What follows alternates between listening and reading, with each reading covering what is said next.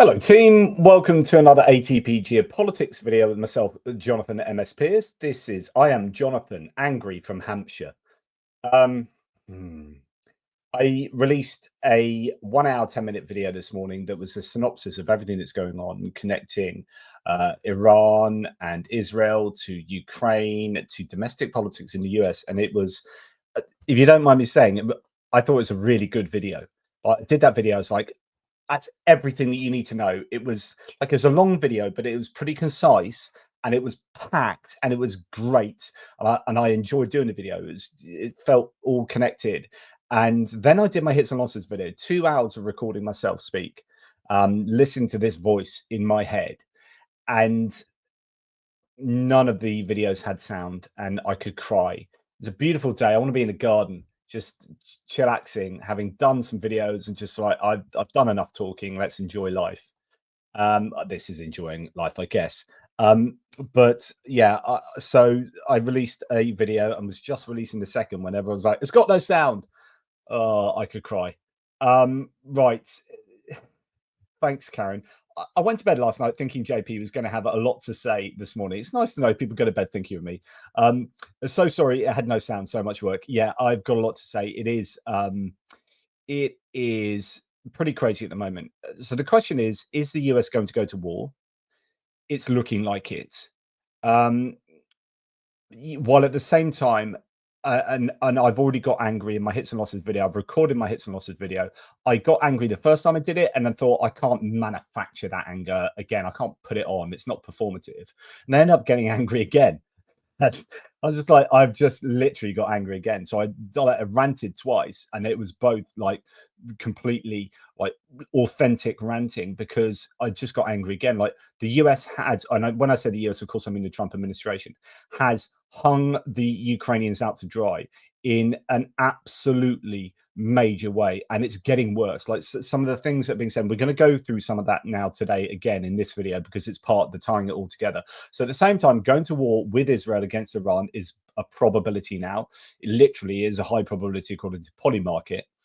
It looks like that's why he left the G7 early, and then not going to war or not helping Ukraine out, saying ridiculous things concerning Ukraine, and meanwhile going to war on his own opposition cities in the United States. So you can actually see like war on three fronts and different approaches to each of them.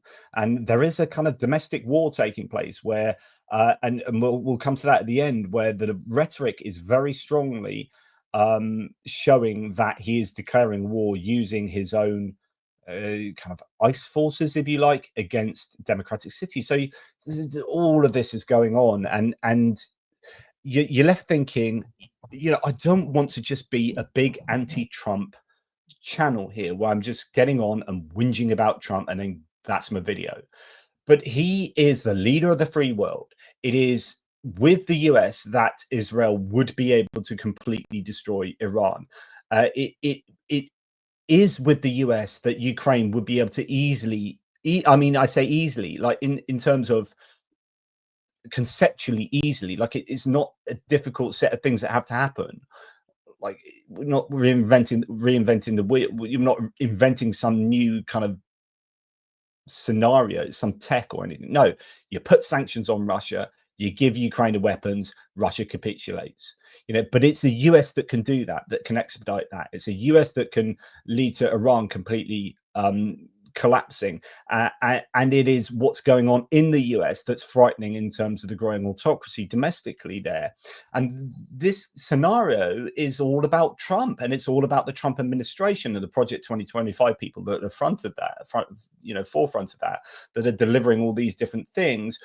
But what's interesting is the Iran thing is showing fractures, and this is probably the most fascinating thing in the video today. Will be the section we talk about. Oh, the isolationists in MAGA are now coming up against the war hawks and the Reagan Republicans, if you like, or the old school globalist Republicans. they're coming up against that, and Trump is going away from the isolationist MAGA movement towards let's join a war with Israel. And there are certain MAGA politicians and general supporters who are not happy with that, and fractures are taking place within the Republican setup, and that is fascinating. I mean, this is all fascinating. It's like, you know, rubbernecking a car crash, except the car crash happens to be the globe just going through a midlife crisis. And you can add on to that, like climate change is just going on with migration issues that will derive from that. Global instability in China is still not properly going to town on, say, Taiwan.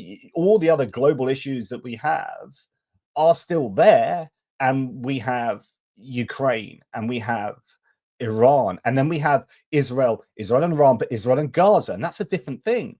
These are two different things, but though they are very connected, as we'll discuss. And then you've got the Houthis, and then it's just like, and I'm just one human being trying to keep a handle on this with all my own sources. You know, this isn't a team of people. I have a team of amazing, like Benny, that just keeps me technologically in the zone, and JR helping with campaigns, and you know, Grimsoft on Discord, and thank you to all those people that without whom I would not be able to function.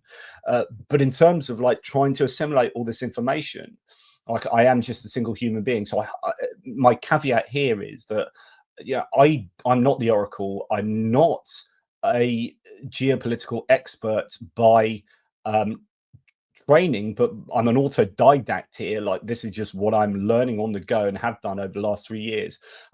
My grasp of what's going on is only as good as I am. I'm a single human, so you know, if I get things wrong, you know, happily point these out to me, and hopefully I am being as accurate as possible. But I also don't want to just be some kind of person that sits there attacking Trump. But it's very difficult not to, because some of the things he said, honestly, today, I can show you some of the things he said that just blow my mind, in terms of, this is a guy that we're relying on. That's the freaking human being that we are relying on to get us through this at the moment. And he's like, he comes onto the plane, and they're like, what are your thoughts about the horrific drone attacks in Kyiv this morning? And he's like, what are you talking about? Like, are you not getting intelligence briefings? It's just like, and then he's like, that's your answer? Like, Jesus wept, man. This is who we are putting all our story, you know. So it's really difficult not to talk about Trump, because he is the freaking center of everything, right? Is Netanyahu wants him, but actually I think is manipulating him. Like, Ukraine wants him, but he's being manipulated by Putin. You know, Europe wants him on side, but he's kind of rejecting Europe, and you know, so, but he is the center of everything. He's just not very good at doing that and being that. Anyway, let's get on to starting. And I'm sure the live stream is going to be full of you guys being amazing. So apologies, I'm going to struggle to get to a lot of what you say. I will try, but it is just me. So we'll start with going to the news that was out this morning from Israel. Okay, so the idea from the Israelis, or certainly here from Channel 14, is that the US is preparing to go to war. Okay, so Israel's Channel 14 reports that Trump is expected to sign an order within hours to formally enter the Israel-Iran war. Reports also suggest that the US may have already begun strikes on Tehran, aircraft carriers, jets, troop movements. This isn't posturing anymore, it's positioning, says Brian Allen.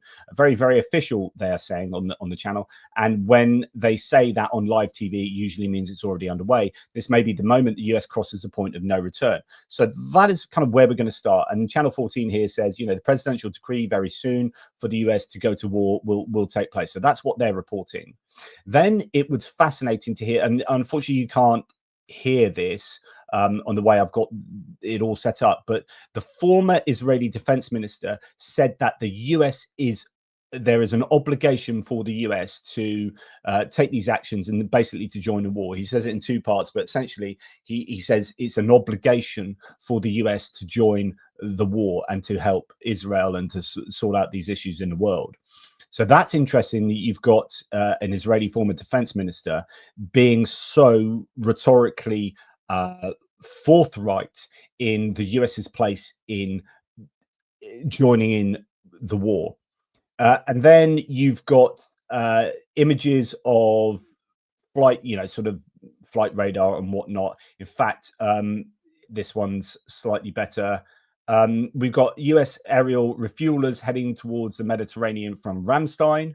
And in fact, a later one now showing that 17 US military tankers are heading eastward. This would indicate, so there was talk about this over the last couple of days, where refueling tankers, which kind of give you an indication that you're going to have lots of flights taking place involving warplanes, right? You can't send F-35s very far unless you've got refuelers. So they refuel in the air and they can do what they need to do. Now, a bunch of these went towards Europe, and there was talk about, well, this is the US getting ready for war. Then people were like, actually, no, there's a big NATO set of operations taking place, training operations taking place, and actually those would be needed for that. But actually, that could have been also a way of sending those fuelers over to Europe and then having them there for this reason. But right now, it looks like that those refuelers are on the way, and that is a pretty sound indication that you're going to be starting to get involved in military activity there. And we'll come to talk about that in a little bit more detail a little bit later. We're going to then go to Ukraine now. So like here's where we're starting. There are some indications that the US might be going to war with Israel against Iran. But let's go to Ukraine. So last night, Kyiv was absolutely hammered. And it was hammered by 440 drones and 32 missiles. 2 Kinzhal hypersonic missiles were sent at Kyiv. They were actually shot down, but other missiles got through. And it looks like the Ukrainian civilians were at least some of the targets here. Railway infrastructure also might have been. But the Russians came out and said, we've achieved all our targets. So they don't always do this. They do this when they are doing retaliatory strikes. So when there was a retaliatory strike, the last time they sent 479 into Ukraine, 479 drones, they announced that it's successful retaliation taken place. That is as a result, or the indication was that was a response to Operation Spiderweb. But then there were the claims that actually they haven't finished doing that, and there will be more to answer for Operation Spiderweb.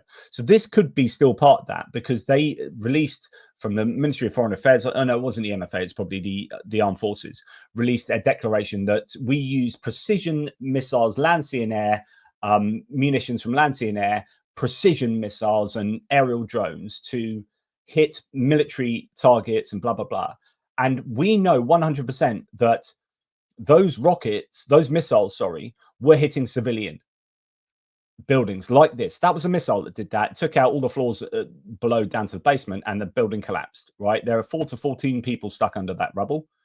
And the Russians have declared publicly that they have successfully hit all the military targets with precision weapons. So they're either lying, or these people were the target for those precision weapons. So they're either liars or war criminals, or actually they're both.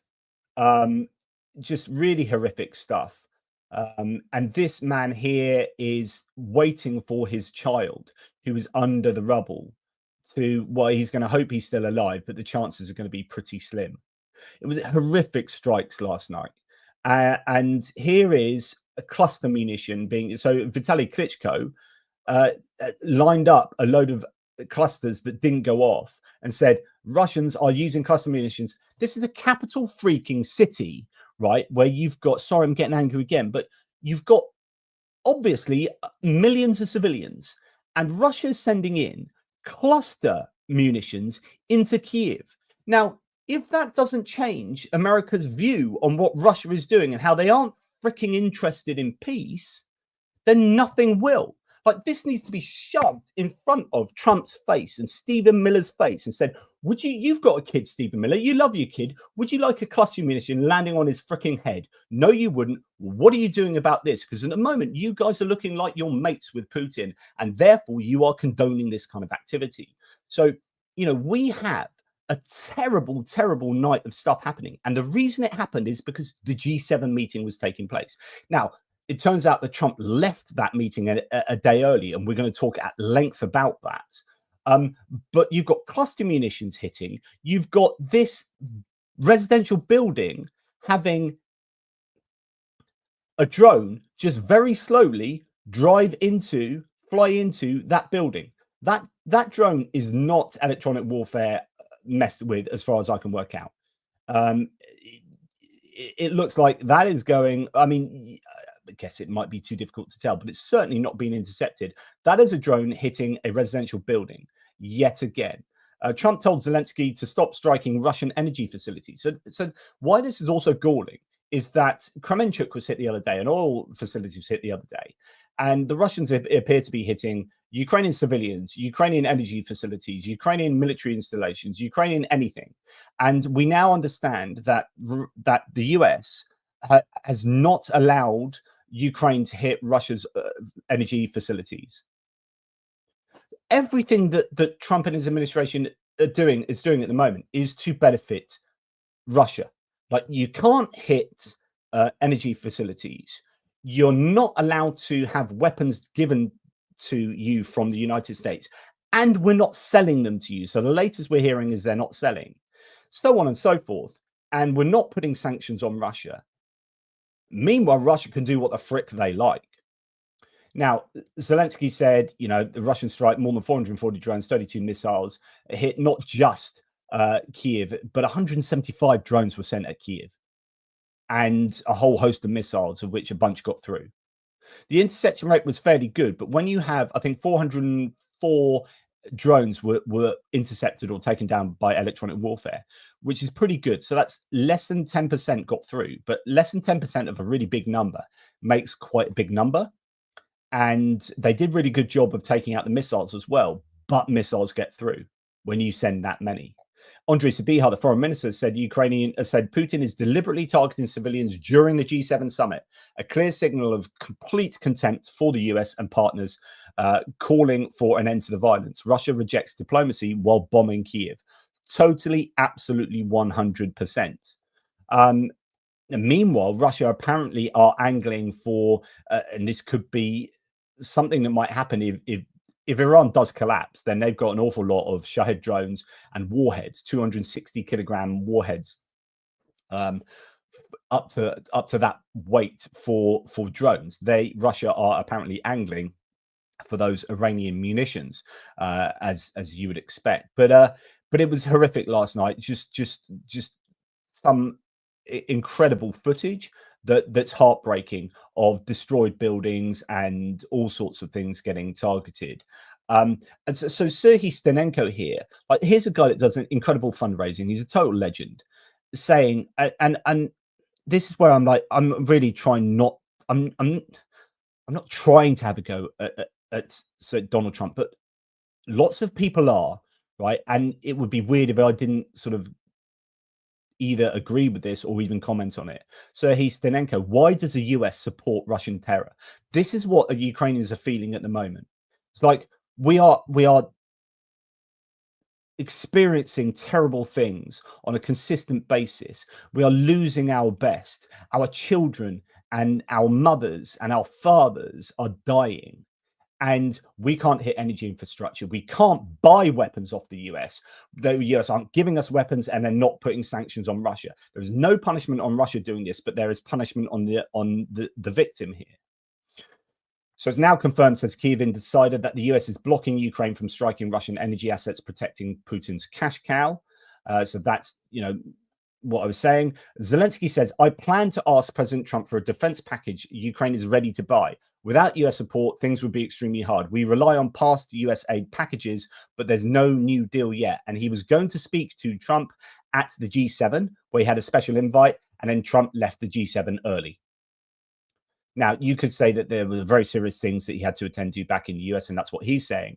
But it can also be seen as, a convenient way of getting out of having to deal with Zelensky and having to put difficult sanctions or whatever on Russia. There's lots more actually from that speech from Austria that is well worth delving into, but I won't do that now.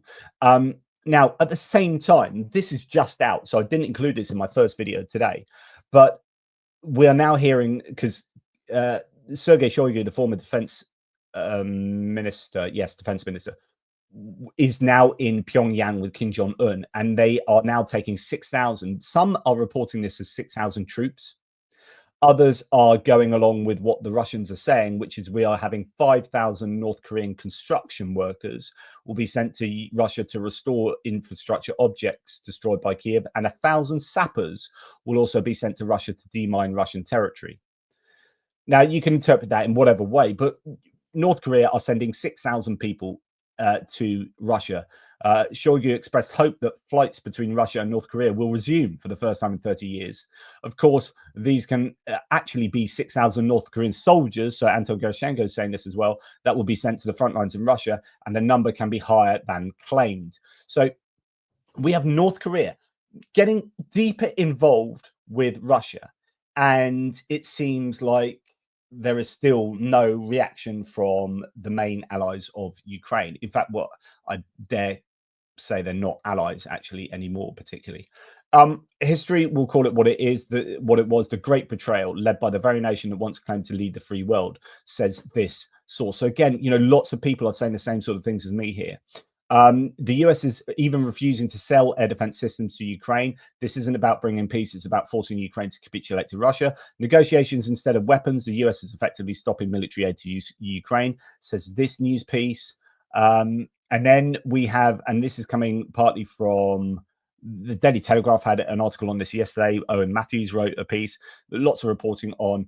This is coming from Roman Sheremetyev, saying the US has quietly begun dismantling its military support for Ukraine. Defense Secretary Pete Hegseth confirmed the Trump administration's move to stop any support for Ukraine, suggesting that the administration prefers a diplomatic settlement over continued weapons aid. That is, the Department of Defense budget has now removed weapons aids to Ukraine. In practice, it's capitulation, says Sheremetyev. By cutting aid while Ukrainian cities are bombed nightly, the US isn't promoting peace, it's enabling terror. It's asking a hostage to talk it out with their captor while the captor reloads. I think that's a great metaphor there. The consequences are historic. US credibility crumbles, teaching allies that American promises mean nothing. Dictators are emboldened, learning that violence wins and democracy bends, and the world becomes more unstable. Russia's goal is not negotiation, it's domination. Every pause, every handshake, every diplomatic solution is a battlefield maneuver by other means. That's a great statement. I'm going to re-say that. Russia's goal is not negotiation, it's domination. Every pause, every handshake, every diplomatic solution, it is a battlefield maneuver by other means. And if the US trades weapons for wishful thinking of a delusional old man, it will betray its allies, empower its enemies, and abandon its role as a global leader. Some say it's a strategy, some call it 4D chess, but in truth, it's surrender imposed by Russian assets. In Russia, they're called Russians. In Ukraine, they're called Vatniks. In America, they're called MAGA, says Roman Sheremetyev. So again, these are the positions of prominent Ukrainians. Euromaidan Press reports Trump quietly scraps an internal Russia pressure task force, according to Reuters. So Reuters have reported that a group that was set up only in January, like only in spring, early spring, has now been disbanded because they found that Russia doesn't want to be aggressive with, they found that Trump doesn't want to be aggressive with Russia. Participants say momentum faded in May as Trump signaled disinterest in more aggressive policies. And this was a task force that was set up to expedite peace talks, to get peace talks more quickly achieved and with better outcomes. A cross-party task force, or I don't know, the cross-party, but a task force that's been scrapped because it appears that Trump just wants to appease and doesn't want to put any pressure on Russia. Absolutely incredible. So then we have, figures coming in from the new Kiel Institute analyses showing, like we know this anyway, that the US hasn't given any military aid since the beginning of the year. Last year, they gave, at the end of last year, when Biden just had a few weeks left, he started, if you remember, throwing everything at the Ukrainians because he realized he had to get rid of the PDA, Presidential Drawdown Authority, and the USAI funding, which is for orders to US industrial concerns, and they had appropriated all that stuff, and in the end they couldn't spend it all, and Trump inherited sort of $3.8 billion of PDA, etc., but they haven't spent that. I mean, it's been appropriated. I mean, that tells you everything you would need to know about Trump, which is that he has $3.8 billion that's already been appropriated. That's money just sitting there to give to Ukraine in a form of military aid, and he doesn't do it. Now, it's sitting there. I could send that to Ukraine, but I'm not going to. So now we have this situation where Europe are giving more aid to Ukraine. We know that. We've known that for some time. The two periods of no aid to Ukraine in this graph are two Trumpian periods. The period from January the 10th, you can see on the right-hand side, this red underlined area, and this area here where for 7 months, Johnson didn't put the bill to the table because he was following Trump's orders. And there you go. That is the effect that a single human being has had on aid to Ukraine. So EU leaders have called for tougher sanctions on Russia at the G7 summit. To achieve peaceful strength, we must put more pressure on Russia to secure a real ceasefire, to bring Russia to the negotiating table and to end this war. Sanctions are critical to that end, Ursula von der Leyen said. But unfortunately, although Europe want extra sanctions from the US and have put their own sanctions on, the 17th package and the 18th package now being done, Christopher Miller from the Financial Times says Trump said again he would not impose new sanctions on Russia over its escalating war in Ukraine, despite mounting pressure from G7 allies and members of Congress to do so. Trump and Zelensky are expected to meet, except they're not anymore because he's gone back home on Tuesday. So they're supposed to meet today, but that's not going to happen. Meanwhile, Russia is bombing Kyiv. And then we had this. This is absolutely stunning. This interaction is stunning. And this is one of the things that made me so ranty earlier. I'll try not to be too ranty. Darren Corrigan, by the way, yeah, well done for calling senators. Our only hope, as you'll see in a second, is the bill from Lindsey Graham and Richard Blumenthal. So that's really our only hope. Lindsey Graham. Trump on sanctions against Russia, quote, let Europe do it and see how it works. Journalists asked Trump, do you support the Europeans' desire to impose new sanctions on Russia? Does the USA support it? He said, Europe is talking about it, but it hasn't done anything yet. Let's see how they do it first. This is insane and shows either that he is just a massive liar or he doesn't know what he's talking about. I would actually go with the last. I just don't think he's got a grasp of what's going on whatsoever. If you ask Trump, how many packages of sanctions have the EU put on Russia? Or even has the EU put much pressure on Russia in the form of sanctions? I don't reckon he'd be able to answer. I honestly don't. He's saying, do you know what? We're not going to put sanctions on Russia until Europe do that. They haven't done it yet. He says it hasn't done it. The EU hasn't done it yet. What are you talking about? The EU has put 17 freaking rounds of sanctions, and their latest one they're putting on is hitting the banking sector, the hydrocarbon sector, and they're formally weaning themselves off Russian hydrocarbons and nuclear support at a cost. The nuclear support alone is going to cost the EU something like 278 billion euros. Like, that is just insanely insulting to Europe. Like, I'm sorry, it's insulting to Europe because Europe has done freaking sanctions. And indeed, so he says this, and today, UK, I think, has announced even more sanctions. I think that's happened. So he's saying, I'm going to wait for Europe to do something. They haven't done anything yet. Meanwhile, Europe's going, you what? Literally, we're waiting for you to join us in what we are doing consistently. So he said that, let's see how they do first, which is just a massive cop-out. Journalist then says back to him, you told me before that you could impose sanctions on Russia. Why are you waiting? Why aren't you imposing sanctions now? Good question. It's what we all want to hear the answer to. Trump then says, because I'm waiting to see if the agreement is signed or not. Right. Okay, this is where I'm going to rant. Okay, you've got two options here.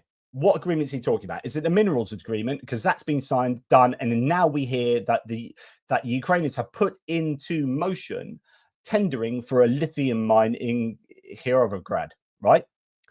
And it's going out to a partly owned US company or maybe an American billionaire, right? So Ukraine have done everything that they've been asked to do with regards to the minerals deal, and that is happening. So that agreement's done. So I presume you mean if it's not that, then it has to be the peace agreement. This makes no sense. He's saying, I won't put sanctions on Russia until the peace agreement is signed. What? So you're going to sanction them after the peace agreement? What the frick are you talking about? You put sanctions on them so that they are pressured to sign a peace agreement. You don't say, I won't put sanctions on them until an agreement is signed. This man is an absolute idiot, and I'm not holding back anymore. I refuse to hold back. The guy is an incompetent fool. And if you think this man is like a 4D chess player for global geopolitics, then you need your head checked. This man is not the person his supporters think he is. He is an abject fool masquerading as that thing. I'm waiting to see if an agreement is signed before I put sanctions on. Journalist then says, can you guarantee that Ukraine won't be sanctioned? Because remember, he threatened Ukraine. He said, both sides could receive sanctions. When he was in the White House with Friedrich Merz from Germany, the Chancellor of Germany, he indicated he was going to sanction Ukraine as well. And his answer to that was, don't forget, sanctions are very expensive for us. When I impose sanctions on any country, it costs the United States a huge amount of money, a colossal amount. It's not just signing a document. To which, thankfully, someone below says DJT is a moron. Honestly, I can't believe it. So Macron says he's still confident the US will back further Russian sanctions. Well, you can't be confident. I'm sorry, Emmanuel. That's not going to happen well, at least coming from Trump. So the key here could be the US will back further sanctions. So this could be Emmanuel Macron indicating that there might be congressional solutions here coming from the Senate and the Congress as a whole. Trump had earlier suggested he didn't want to tighten the screws on Moscow further because sanctions cost a lot of money. Now, you can't hear this, but this is Lindsey Graham actually talking a good talk. This is a couple of days ago saying, do you know what? I'm going to play this to you because I think it is there's a couple of little bits that make me go, oh, hello. If Lindsey Graham is being accurate with what he says here, which one must assume he is, then that's quite interesting. So let's just present different things so you can hear it. There you go. Okay. So hopefully you can hear this in a second when I actually turn the sound up. How it ends. I want the war to end so we don't start new wars. I want. So let's play that again. What am I saying with Russia? I don't mind you. I don't care if you go on vacation with Putin. I don't care how it ends. I want the war to end so we don't start new wars. I want Ukraine surviving when the war ends. I want Putin not to be overly rewarded for the invasion. To China, if you stop buying Russian oil cheap, President Trump has tried diplomacy. And I will say this, I talked to him last night. You've made very sincere efforts to get Putin to the table. I think he's playing a game with you and the entire world. It is now time to change the game with Putin. I talked to President Trump last night. Stay tuned. If we do not have a breakthrough soon, I would expect that these sanctions will move through the Senate and So that is him saying that he's spoken to Trump and that if nothing moves, you can expect this through the Senate. And he said, look, to Trump, you tried, but what's quite interesting from that interaction, he said, look, you tried the diplomacy and you were sincere about it, but he essentially said, but Putin was stringing you along. Now, that's what Trump needs to hear. And you do hear Trump occasionally go, I'm being tapped out, as he calls it, by Putin. that is happening. Like Putin is taking the mickey out of Trump. There's no doubt about that. So our only hope, you know, episode 4. Help me, Obi Lindsey. You're my only hope. That's me doing an impression of Princess Leia. I'm almost as good looking. So Lindsey Graham is our only hope. It appears, and Richard Blumenthal. So let's then take a little step over to Iran and try and draw these things together. Now, Iran's nuclear facilities are not so badly damaged, says the analyst here. Natanz appears to have taken a pounding. We're going to talk about that in a second. But Fordow appears to be untouched, according to satellite assessment. This is the one that US and their bunker busters are going to be used against, if they're going to be used at all, by all accounts. Iran is refusing to talk about ending the program and is unwilling to enter any negotiations. Meanwhile, the US has reinforced its Gulf state air presence with tankers, Gulf state air presence with tankers, and it's believed bombers are back in Diego Garcia. The USS Nimitz has been sent to Israeli waters, her last deployment before she hits the breaker's yard, and Israel claims to have complete air superiority over Tehran, and Iran's reaction seems stifled by the loss of commanders and capable systems. And it's true, like Israel has absolutely hammered Iran in terms of their air defense capabilities, in terms of their top military personnel. Incredible success, and in fact, even more so. I'll talk about that in a second. Iran has been able to hit back. So these ballistic missiles are very difficult to shoot down, and a number of them have got through. But on the other hand, Iran's lost their news agency, their state news agency was hit last night, and that means propaganda is going to be much more difficult for the Iranians to share. I think that's significant. So, you know, yeah, Israel will be hurting a little bit, but you're going to expect that. But they have done an absolute turn on the Iranians here. So Israel claims to have that complete air superiority, stifled the reaction by taking out all these commanders and capable systems. Israel has opened skies to carry on bombing key sites and infrastructure, although how long it can maintain the pace it's been operating at and the consumption of weapons remains to be seen. The point here is that US have the best opportunity now than they ever have done and ever will do, no doubt, to put the nail in the theocratic regime in Tehran, put the nail in the coffin of the theocratic regime there. They really do. So you're going to have an awful lot of Republican globalists and neocons and warmongers and war hawks. But also, like, I'm not in disagreement with this, by the way, and I'm someone that's generally quite anti-war, just wars. I think, you know, Ukraine's war is a just war, right? But I also recognize that if you do proper military strikes and very incisive precision strikes on Iran, you could take out a potential nuclear power and a radical theocracy. And do you know what?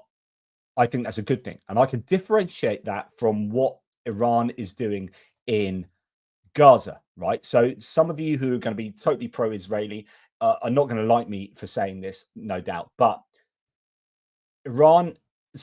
Israel, I think, has been pretty horrific with what they're doing in Gaza. And in fact, I think they've killed 47 people, maybe even more, who were gathering at an humanitarian aid place in Gaza this morning. So it's continuing.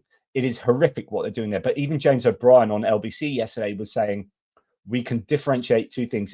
Can it be true that this is horrific over here, what Israel is doing over here, but what they're doing in Iran is actually strategically very useful? Thank you very much.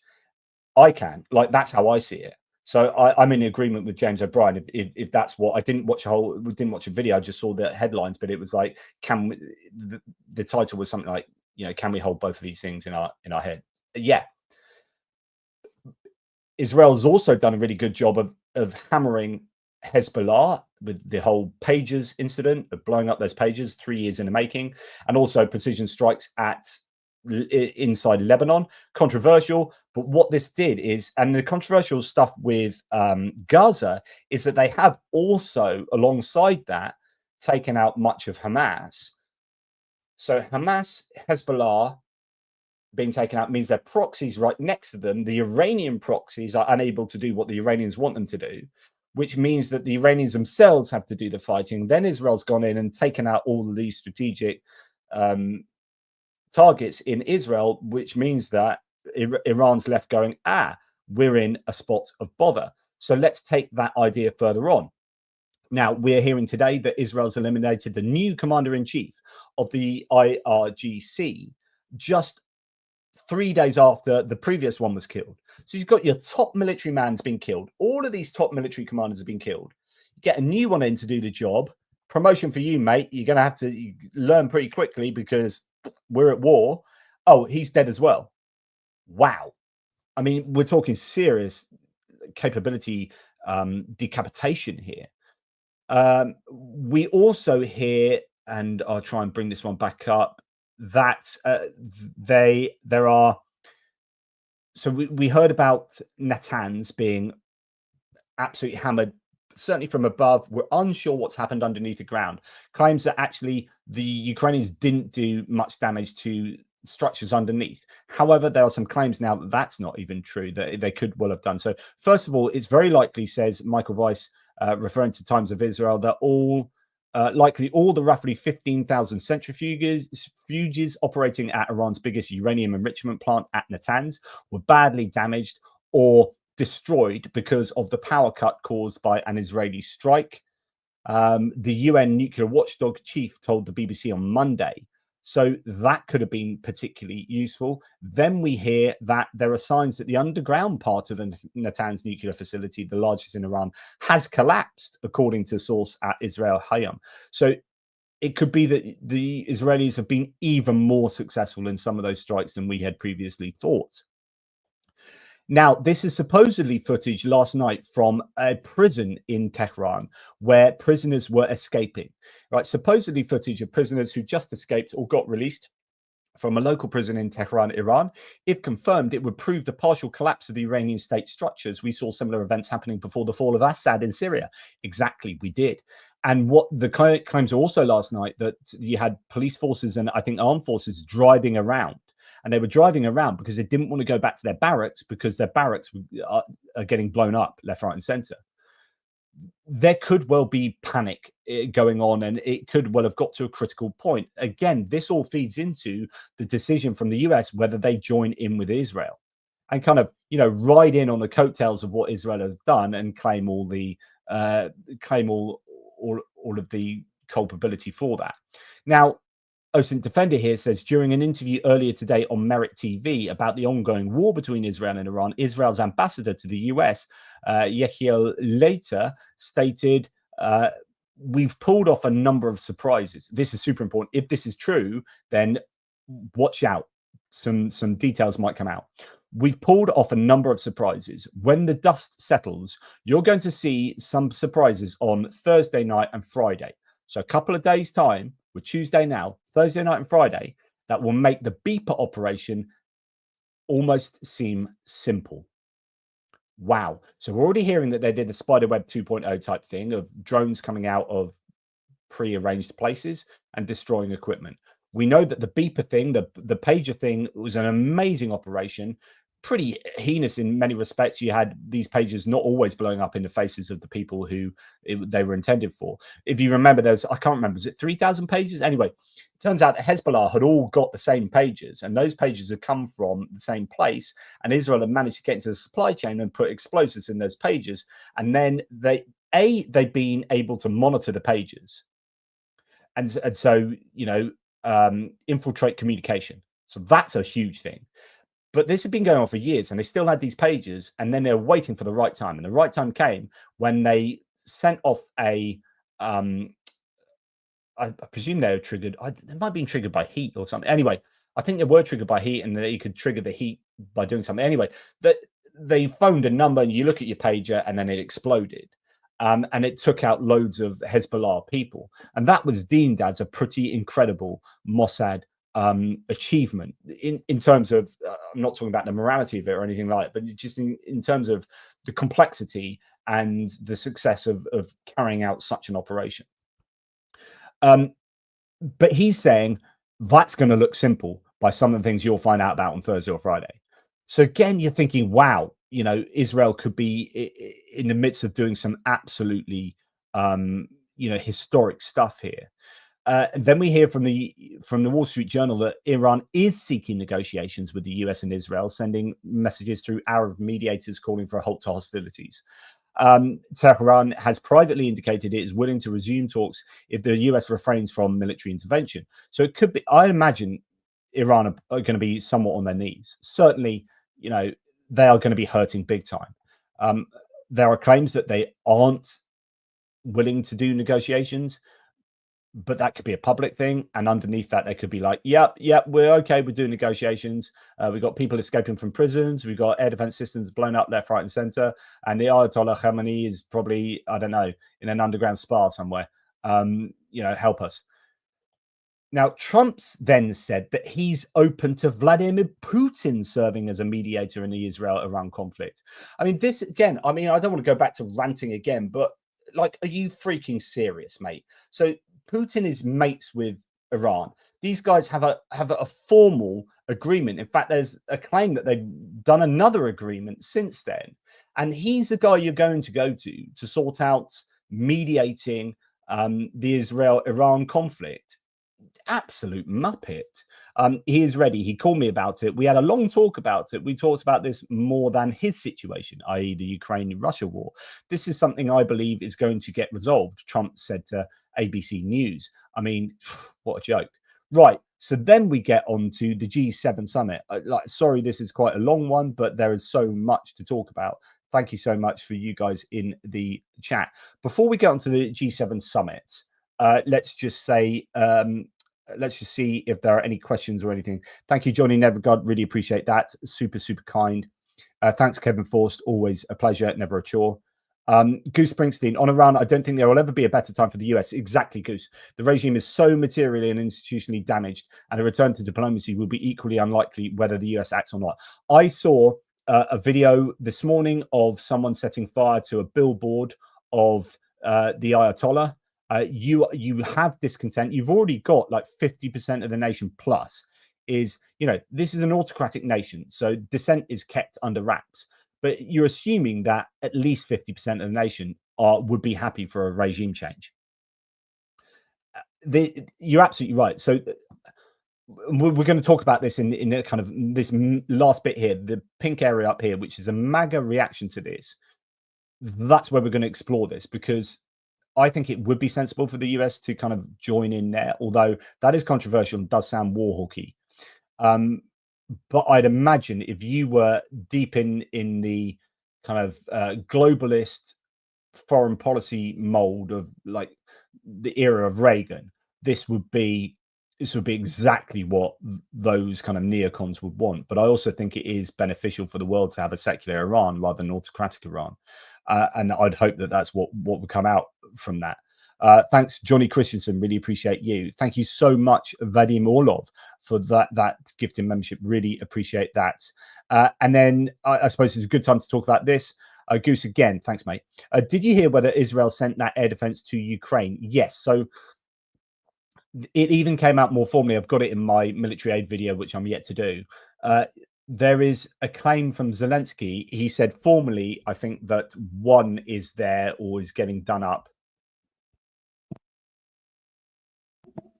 We had JMT Politico, who's been out there, who has Ukrainian contacts. He said there are at least two out there.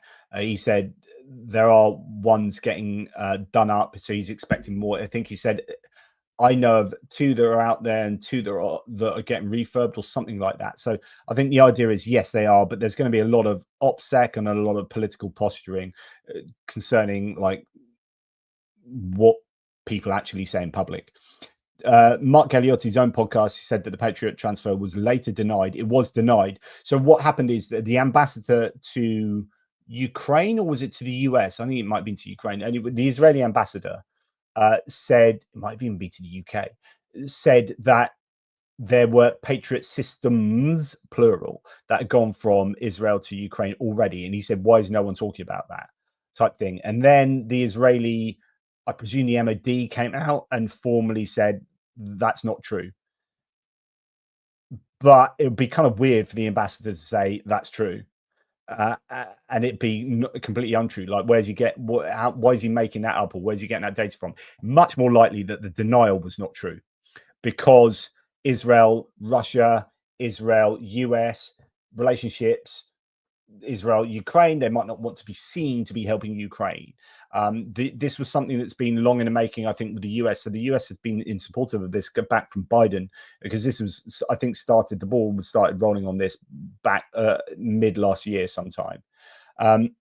So yeah, it was denied. Later denied. Mark viewed it as a preemptive warning by Israel to Russia about consequences of helping Iran. I mean, you could read it like that, but I also think they probably are over there, and some are over there, and some are probably on the way. At least one is there, and that's, I think, according to Zelensky himself. Okay, right. I'm going to go back to here now. Should I play you the whole of this? I probably should. I mean, you've heard this, right? But this is another absolutely staggering example of Trumpian ineptitude of the highest order. This is him talking about at the G7 about why it should be the G8, and it is deeply embarrassing because he gets just stuff wrong. So he's not only empirically wrong, he's factually wrong about his claims, but he also doesn't seem to understand why Russia was kicked out of the G8. G7 used to be the G8. Barack Obama and a person named Trudeau didn't want to have Russia in. And I would say that was a mistake, because I think you wouldn't have a war right now if you had Russia in. And you wouldn't have a war right now if Trump were president 4 years ago. But it didn't work out that way. But it used to be the G8. And now it's, I guess, what's that, 8 years ago, it switched over. They threw Russia out, which I claimed was a very big mistake. Even though I wasn't in politics then, I was very loud about it. It was a mistake in that you spend so much time talking about Russia, and he's no longer at the table. So G7 used to be the... He's just a gargantuan plonker. Like, that's way too kind. Like, I mean a much more horrible word than plonker.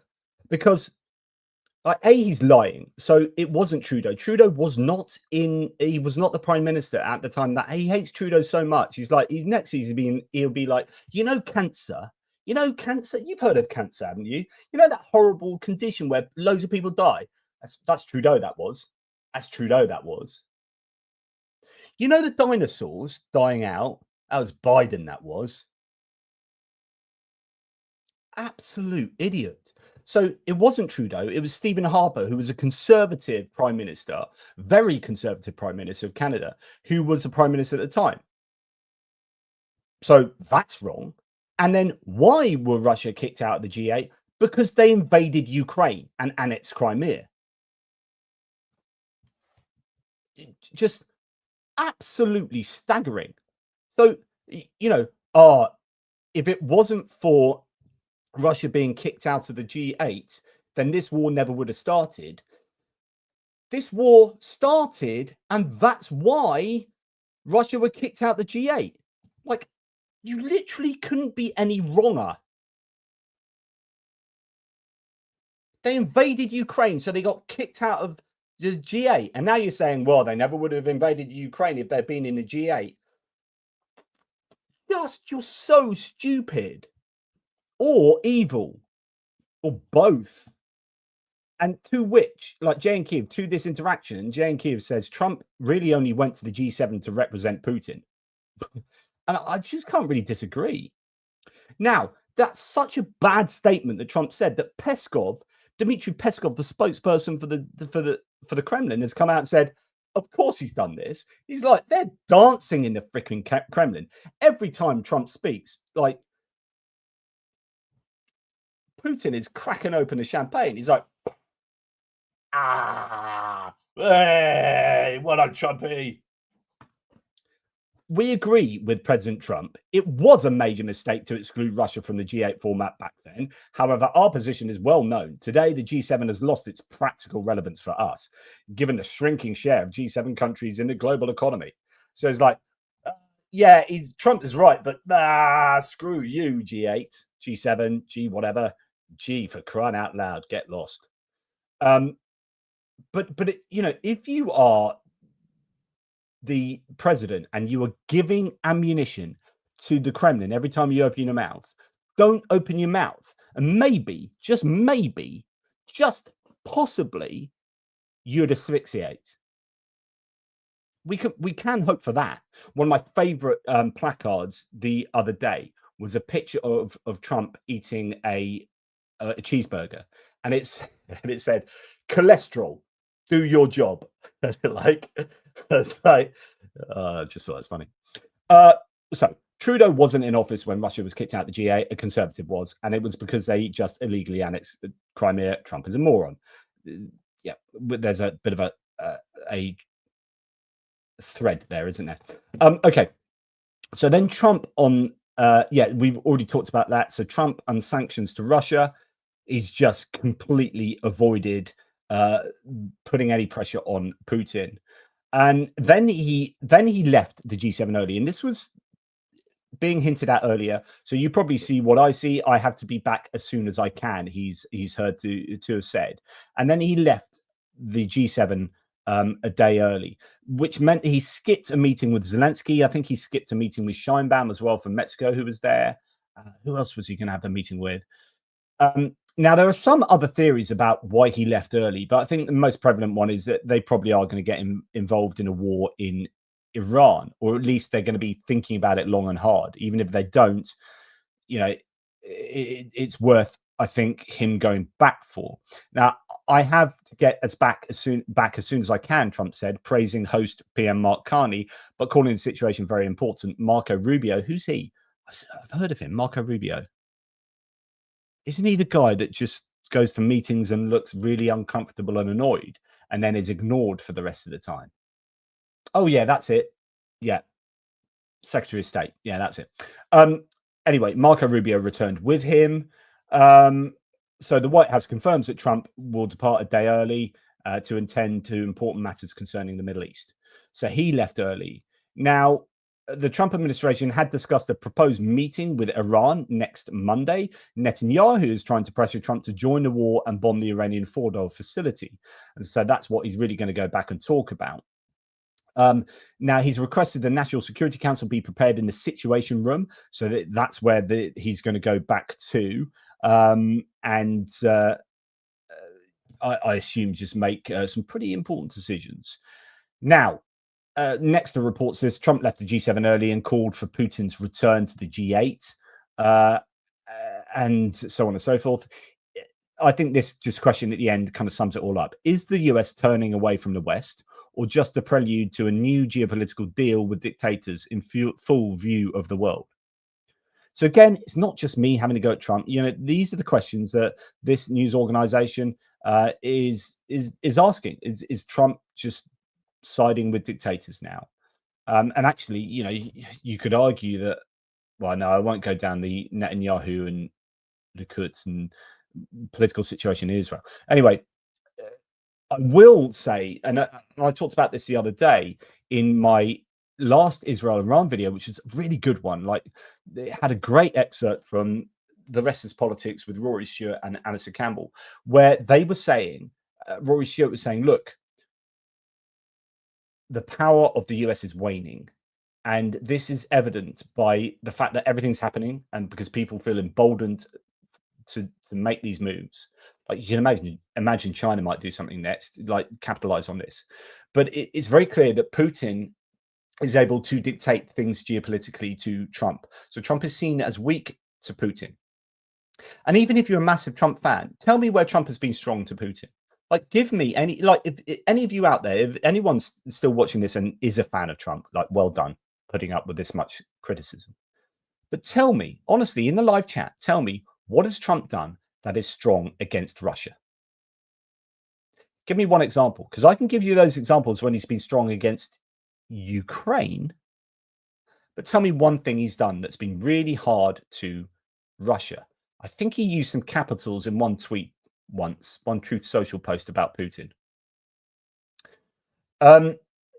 So what Rory Stewart was saying is that Trump has, like, backed down to Putin consistently entirely the whole time over the course of his tenure. And he's backed down on tariffs, and he's backed down on the trade wars, and he's backed down to, or at least being led by Netanyahu. Netanyahu can do whatever he likes, and he knows that the US will support him. That wouldn't have been the case under Biden. I think there would have been some interesting dynamics there. And I'm not saying it's bad that the US or good that the US supports Israel here or not. What I'm saying is so that that Netanyahu is as emboldened as he will ever be to do whatever he wants, because the US will just back him, because I think Netanyahu has Trump in the palm of his hand to some degree. And I think China are able to manipulate Trump. He's being called Taco for a reason, because he keeps chickening out. He's not seen as strong. So what Rory Stewart and Alistair Campbell were saying is that we are entering a new global world order whereby the rule of law and the things that the US used to stand up for in terms of liberty and freedom and democracy and the rule of law and the norms have gone out the window. No one knows what they stand for anymore. No one knows what the US stands for anymore. With Trump, is it just doing trade and extorting money? You look at his interactions with Ukraine, and it's like we want an extortionate, we want to extort as much as possible out of Ukraine with the minerals deal, while telling Ukraine what they can't do, putting as much pressure on Ukraine, not giving any material assistance to Ukraine, and even demanding payback for the stuff that we give them under the previous administration. Meanwhile, putting no pressure on Russia whatsoever, and saying really nice things about Putin all the time. Oh, he phoned me on my birthday. It's a very nice phone call. Thank you very much, Vladimir. So what's that communicating to the rest of the world? So the rest of the world is looking on. So say your country is like, oh, I'm wondering whether I should invade this country, but normally the US would screw us over. And you're like, well, the US is now involved in a trade war with fricking everyone.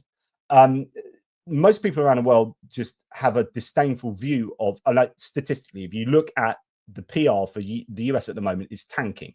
So most people have a very negative view of the US outside of the US now.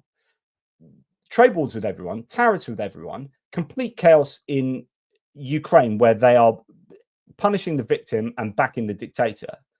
And they're also allowing Israel to commit genocide in Gaza, and then they're going to help Israel to hammer Iran. So like, what is it that the US stands for? And by the way, this isn't me saying this is what Rory Stewart was saying, and he's got way more foreign policy experience than me, literally as a foreign kind of diplomatic expert and member of parliament. So yeah, he's saying that we are going through a period of a new world order where those rules and laws and norms are seemingly kind of irrelevant, and no one can quite work out what the US stands for. And so that's a good time to kind of push the boundaries. And I think that's pretty scary. It is pretty scary. The US cancels a new round of talks with Russia, according to the Russian Ministry of Foreign Affairs. So a meeting on normalizing the work of the diplomatic missions of both countries was cancelled at the initiative of Washington. So this is kind of, I guess, one good thing. I don't want the US to have these kind of normalized relations. It's not that I don't ever want there to be good relations with Russia, just not right now, because it sends the wrong signal and it's doing the wrong thing. Russia need to be kind of punished for what they're doing, which is absolutely egregious war crimes against, these are crimes against humanity that they're carrying out on a consistent basis, including last night. And I showed you in my hits and losses video, which isn't out yet, an explosion of a BM-21 Grad multiple launch rocket system that exploded with noxious gases. So they were getting ready to send a load of rockets into Ukrainian territory with the Grad multiple launch rocket system, and it got hit by the Ukrainians, and it had all this orange smoke coming out of it, which is, I think, ammonia or whatever. And they had intercepts of the Russians saying, no one go near this, there's gas, put your gas masks on, put your gas masks on. It's like, that's a war crime. That there is a war crime. And yet, so on and so forth. So I don't think we should be normalizing relationships with Russia when they are like this. I wouldn't normalize relationships with Hitler. He's just doing some funny old things with some people he doesn't like. It's okay. We'll have our embassies open. I'm sure we can change his mind a little bit. No, I think, you meet that with force and with robust moral indignation. So that they've cancelled these meetings, I don't know why, is I think a bit of good news. Moscow does not know whether these talks will take place at all. Now, Joe Walsh, who's a former Republican representative, is possibly going to run against Lindsey Graham in South Carolina. He's now not so Republican. He's gone from being like a Tea Party type person to being quite. In fact, I think he's just registered as a Democrat, interestingly, and he's like, you would never think this. But he said, I'm an off-the-charts pro-Israel. I'm off-the-charts pro-Israel. And I believe Israel is doing what it must do to preserve the safety and the security of the Israeli people. But the idiot in the White House is an off-the-charts reckless danger to the entire human race. What's he saying? Well, last night, at sort of 11:30 at night, Trump said Iran should have signed a deal. I told them to sign. What a shame and a huge waste of human life. Simply stated, Iran cannot have a nuclear weapon. I said it over and over again. Everyone should immediately evacuate Tehran. So then last night, Trump says everyone should evacuate Tehran, a city of 10 million people. He is announcing on Truth Social. That's how he does, like, foreign policy announcements, that he's going to declare war on Iran. But this is an indication that something's going to happen, right? Because he is saying that Tehran should be evacuated. But he's saying it on Truth. It's just absolutely absurd. Then the White House followed it up by basically copying and pasting his statement and putting it through the official White House channel on Twitter, because we all navigate wars now through social media. So the official White House account reposted Trump's call for the more than 9 million people living in Tehran, many of them opponents of the Iranian regime, to evacuate immediately. This is insane. So then we had pictures coming out last night, I think this is 3 a.m. in Tehran, of cars at a standstill trying to get out of Dodge, right? Because Trump has threatened, or Trump has given this implicit threat to leave their houses immediately. Now, like, he could be bluffing or not, but yeah. Anyway. And then it's just like, and then it gets worse. Or so he left the G7 a day early. Emmanuel Macron, probably for like PR sort of reasons, said that he's left to go and try and sort out a ceasefire with Israel and Iran. Trump was having none of it. He's like, no, I'm not. So if you're wondering whether Trump is actually going to take the US into a war against Iran, he told everyone to get out of Tehran. He told everyone to evacuate Tehran. The Israeli news media is reporting it. And then he says, no, he said publicity-seeking President Emmanuel Macron. So then he's just insulting an ally. Publicity-seeking President Emmanuel Macron of France mistakenly said that I left the G7 summit in Canada to go back to DC to work on a ceasefire between Israel and Iran. Wrong. Okay, so he's not working on a ceasefire. Trump has publicly said he's not working on a ceasefire, or at least that's not why he went back to left the G7. He has no idea why I am now on my way to Washington, but it certainly has nothing to do with a ceasefire. Much bigger than that. What is bigger than a ceasefire between Israel and Iran right now in global politics? Literally nothing, other than going to war against Iran as well on the same side as Israel. The only thing that, to me, that makes sense of he has no idea why I'm now on my way to Washington, but it certainly has nothing to do with a ceasefire, much bigger than that. Only thing that makes sense of that is because we are going to go and help Israel carry out strikes on Iran. That's the only thing that makes sense. So whether purposefully or not, he finishes. Emmanuel always gets it wrong. Stay tuned. So he's just like, I'm going to insult my allies, insult my mates. Never going to insult Putin, by the way. He's a lovely guy. Insult my mates, and then basically intimate that I'm going to go to war with Iran. But of course, you know, it's worth looking at tweets from Trump back in 2011, 2013, and he was on TV in, I don't know, 2015 or something, saying similar sorts of things. In order to get elected, Barack Obama will start a war with Iran. In order to distract against, away from completely controversial and uncomfortable matters, let's go to war in Iran. Okay, so the Russian and Chinese embassies in Israel are urging their citizens to leave the country immediately. In fact, this has happened right across the world, really. A number of, Thailand getting people out of their embassies. When people start getting the people out of the embassies in Iran and indeed Israel, things are going bad. Right, Chris Murphy, who's a Democratic senator, said the president. So what's he responded to? First of all, New York Times reports President Trump is weighing a critical decision in the 4-day-old war between Israel and Iran, whether to enter the fray by helping Israel destroy the deeply buried nuclear enrichment facility in Fordo, which only American bunker busters dropped by B-2 bombers can reach.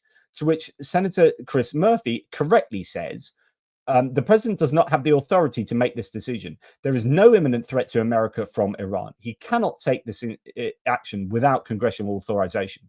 So whether you believe that the US should go to war and help Israel or not is kind of irrelevant. They should follow the legal processes to go and get involved in the war there.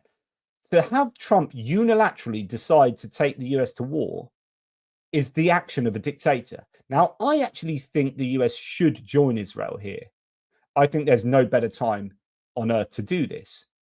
That is a controversial decision or evaluation for me, probably. But if they do it, it should go through Congress. If it doesn't, then that is the action of a king or a dictator or an autocrat. I will not vote to give him that authority, says Murphy, and I likely represent the majority of Congress. Now, it's also worth noting that, as mentioned, Shoigu's in North Korea again. There are 6,000 potentially troops going from North Korea to Russia to help with the war against Ukraine. Things are heating up. It is pretty crazy days out there at the moment. Now, some people are saying he came back early for a number of different reasons. One reason is that he didn't like Mark Carney taking the reins of the meeting in G7. So here there were people that are clamoring to ask Trump questions, and it was all about Trump, and he's the center of attention. And Mark Carney said, right, that's enough now. We need to go and have a meeting, and kind of going over Trump's head, it's my job to chair this. Let me exercise my role as G7 chair. And Trump, looked fine with that. But then later on in this particular, in the G7 meeting, while the cameras are allowed to be there, he leans over to Trump and says, Mr. President, I think you've answered a lot of questions already. Which is an interesting way of phrasing that. And I don't know how Trump would take that, but you can imagine Trump's like, dude, I want to answer all the questions I wanted. This is all about me. So we have this particular person saying Starmer not looking impressed at Trump, Trump not looking impressed at Carney. Carney tries to ease the tensions. Trump not impressed, looking bored, probably wishes he was golfing. That's a real reason he left early. And actually, this is fascinating. So Georgia Maloney, a lot of people tracking Georgia Maloney at the moment and her facial expressions. If you remember when she was in the White House with, oh, my mouse has run out of batteries. When Maloney was in the White House with, in the Oval Office with Trump, she was giving loads of facial expressions while Trump was talking, and they were famously caught on camera. And now, if you see her rolling of the eyes there, some people are saying this is when Trump came in. Some people are saying this is when he started talking. Who knows exactly what this was about? There's a lot of people saying that rolling of the eyes is concerning Trump, and the Europeans are coming thick as thieves when it comes to discussing things, because Trump is just, yeah. So. What else do we have?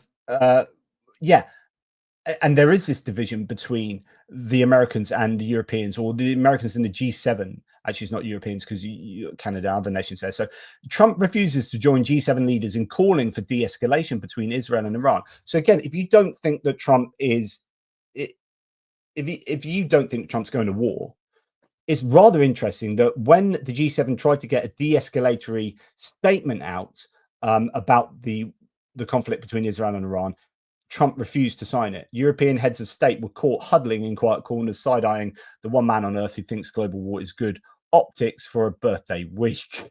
Yeah, so interesting there. Now, other people were saying actually he might have gone as well a day early, and I think there is an element to this. I don't think that's why. I think Iran is clearly going to be at the top of the agenda, but I do also think a man who's how old is he now? 79 or something like that. Yeah, doing several days of high level discussions. Like, he keeps closing his eyes. There's another picture of him with his eyes closed, like he was at the or lots of times recently. So the parade, even in the cabinet meetings, he's getting really tired. He's an old man. I don't blame him for this. I think he's too old and not equipped with the right knowledge and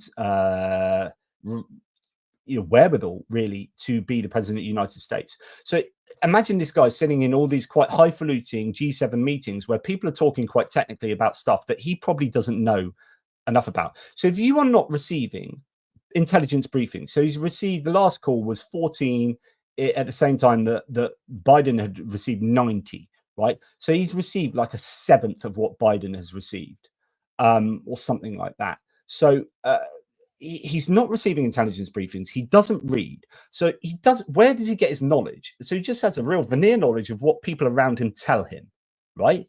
So people tell him stuff and he's like, okay, that's that. But basically he spends most of the time golfing, talking about woke stuff, banging on about Biden, blaming him for everything, and talking about immigration. But actually, when it comes to real necessary, like granular knowledge and detail about geopolitical stuff, this man will not know enough. I am absolutely adamant, and I will say this over and over again, that he is ignorant. And I don't mean that pejoratively. I mean that as in he does not have the requisite knowledge of what he needs to like in so many domains to be the president of the United States of America. So when he goes to G7 meetings, he is going to be tired, he is going to be bored, and he's not going to want to be there, because it's not about standing in front of banks of press, answering questions and slagging off Biden and slagging off Emmanuel Macron, slagging off Zelensky, and slagging off all of these people apart from dictators. Yeah, slagging off democratic politicians and this and that. So I think there's something in that, indeed. Well, yeah, I won't go on. There's now a 67% chance the US will attack Iran soon, according to Polymarket. So, if you're one to look at the markets and probabilities, that's certainly gone up. Right, the last part of this video, and I know it's gone on very, very long, but that's the nature of the beast.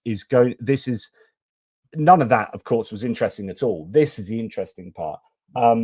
Hopefully I've made sense, and I'm amazed that you guys are still here. Thank you so much.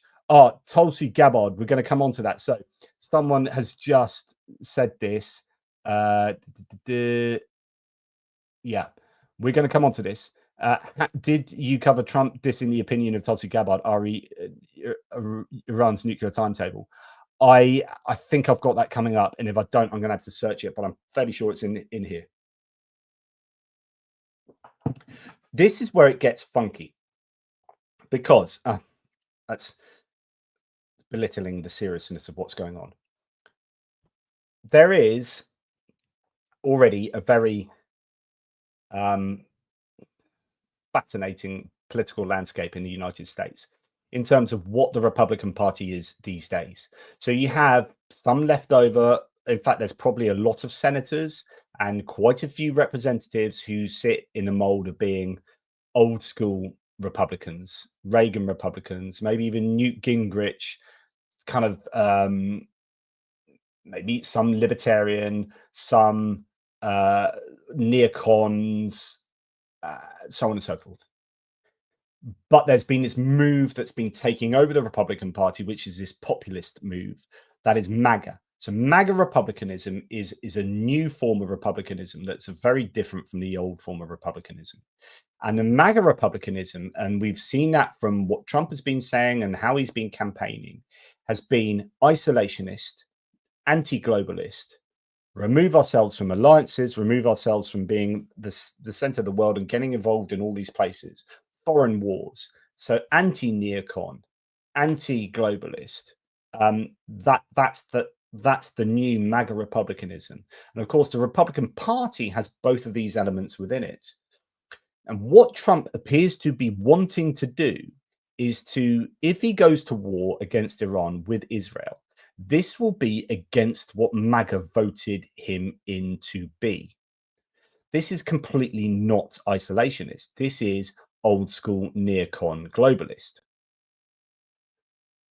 Now, the question is, are people following Trump for Trump? Is it a cult of personality, which I have long said it is, or is there any ideology at all there? So if Trump goes to war with Iran, will the vast majority of MAGA Republicans just go along with him? How many will he lose, and will there be a fracture in the MAGA Republican camp? That's what we're going to go to look at now. So we'll start with this. First of all, Tucker Carlson has recently he's moved away from, well, no, he's overtly anti-Ukraine, Tucker Carlson, but the way he's framing a lot of his positioning on the war in Russia isn't so much to say how wonderful Russia is, but to say, which he's done before, right? He's been to Russia and said how wonderful their culture is, and look at this metro station, it's amazing, and look at these shopping trolleys. They've got shopping trolleys and bread. Look at, they've got bread in the supermarket. Yeah, anyway, all that thing. Now he's concentrating much more on being anti-war. So a lot of his rhetoric is saying, if the US supports Ukraine, we are warmongers, and it's the warmonger thing. And if we support Israel, we are warmongers. And he's been quite critical of this growing move to support Israel and go into Iran that we're seeing, and possibly, we'll see that today. The US might announce something. So Tucker Carlson has publicly come out against that, which is against what Trump appears to be doing. Now, Trump hasn't ignored that. Today, he said this: somebody please explain to kooky Tucker Carlson. So he's now dismissing Tucker Carlson. Remember, Tucker Carlson is adjacent to the White House. He's actually very important in the middle of the White House. His son is a speechwriter for J.D. Vance, the vice president.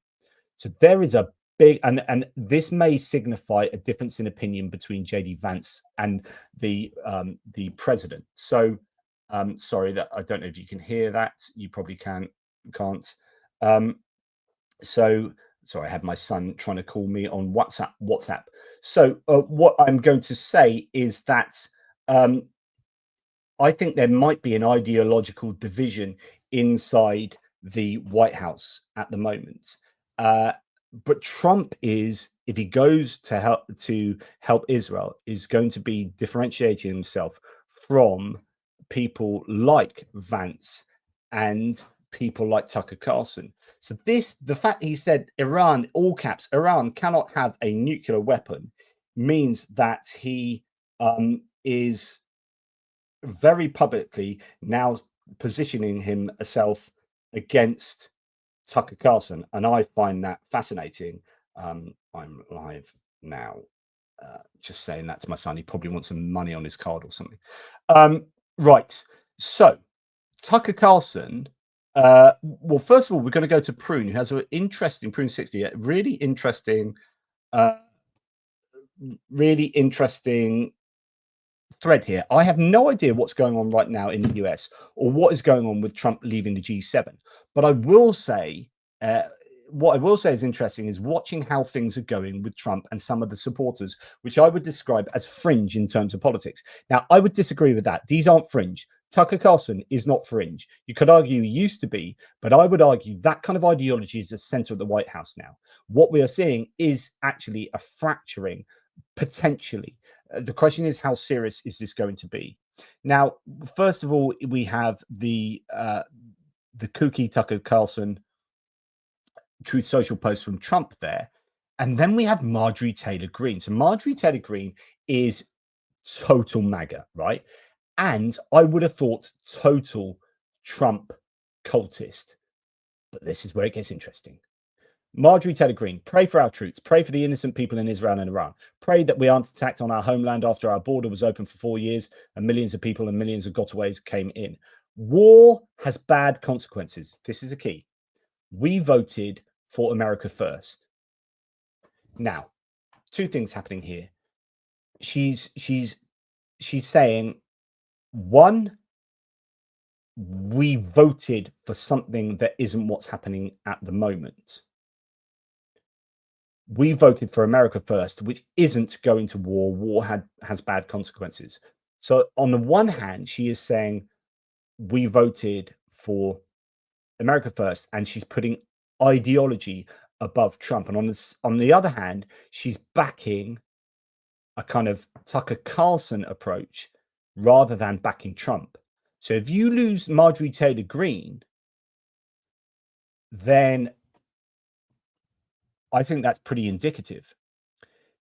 Then she came out and said this in defense of Tucker Carlson. So directly in response to the kooky Truth Social claim from Donald Trump, Marjorie Taylor Greene said, Tucker Carlson is one of my favorite people. He fiercely loves his wife, children, and our country.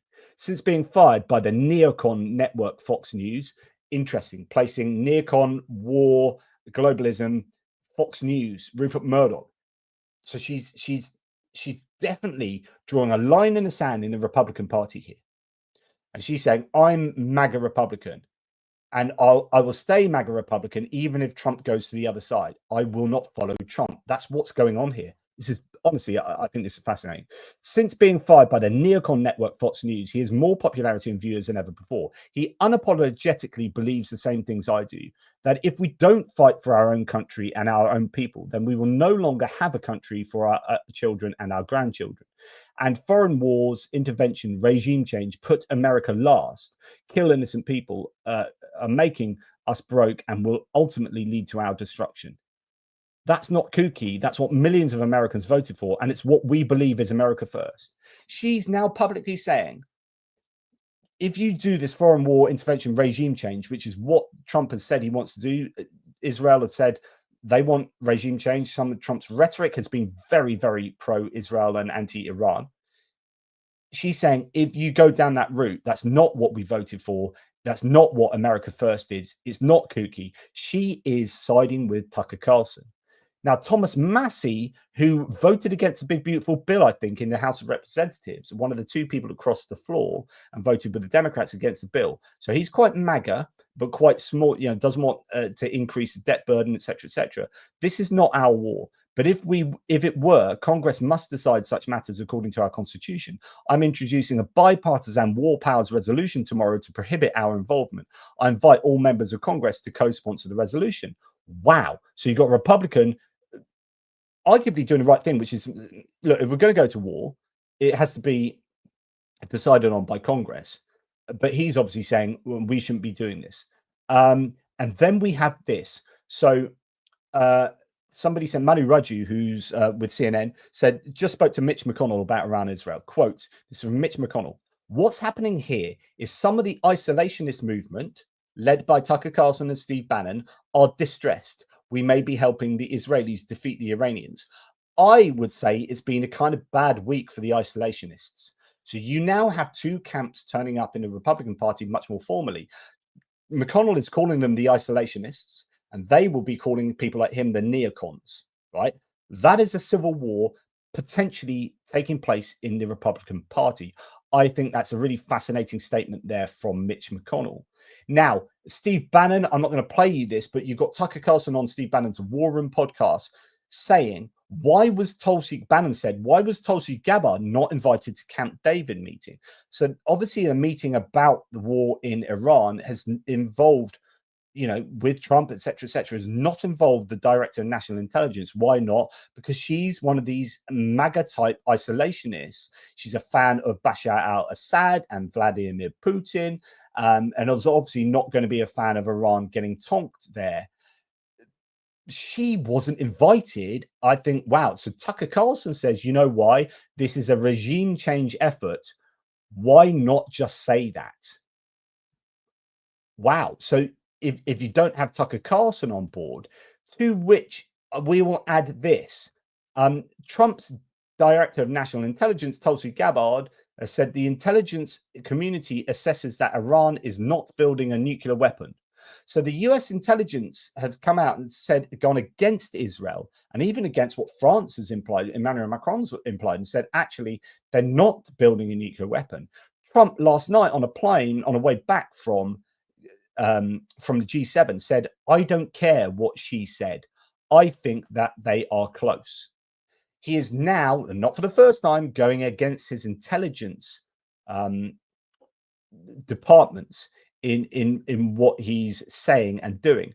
Now, the last time this happened, this was back in Helsinki in the press conference in 2018, was it? 2017, 18, when he went against the intelligence experts who were saying that, you know, there was Russian involvement in the US election and so on and so forth. He came out and said, I would rather listen to Vladimir Putin. So he believed Putin over and above his own intelligence assets. And he's also kind of doing that again. But the difference here is that Tulsi Gabbard, I don't know whether, because rewind a little bit, Tulsi Gabbard fired a couple of people who produced a report recently on the Venezuelan gangs. What the American government, what the Trump administration wanted was the intelligence services to produce a report for in this case, for Tulsi Gabbard to present to Donald Trump a report that showed that Venezuela as a country were sending in gang members into the United States in order to cause an upset. And therefore, this would constitute an invasion, and that would allow Trump to start emergency measures so that he can decide things unilaterally without having to go through Congress. So Tulsi Gabbard asked for a report on the Venezuelans, and the report, the intelligence services came back doing their work and doing their work properly and well, with a conclusion that no, the Venezuelans aren't sending people into the US to cause an upset and blah, blah, blah. And because that conclusion was not what Tulsi Gabbard and Trump wanted, she fired the people that made the reports. So you're then getting a situation where the American intelligence services are probably wondering whether they are supposed to be producing fact-based reporting to the government, or whether the government, they should just produce what the government want to hear. Does it become just ideology? Does it become just like Russia, where this is all like cooked up, things are cooked up for ideological reasons? Or are you trying to provide fact-based reportage so that the administration can make the best decision with the best inputs?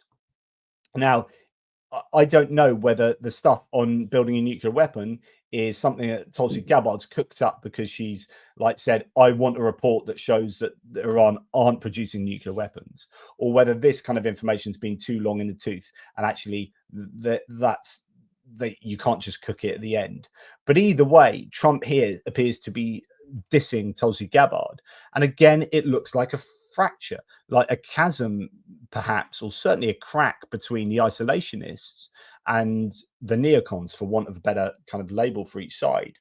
Tucker Carlson says next to here, believes a potential war with Iran could spell the collapse of the US global influence and effectively end Trump's presidency.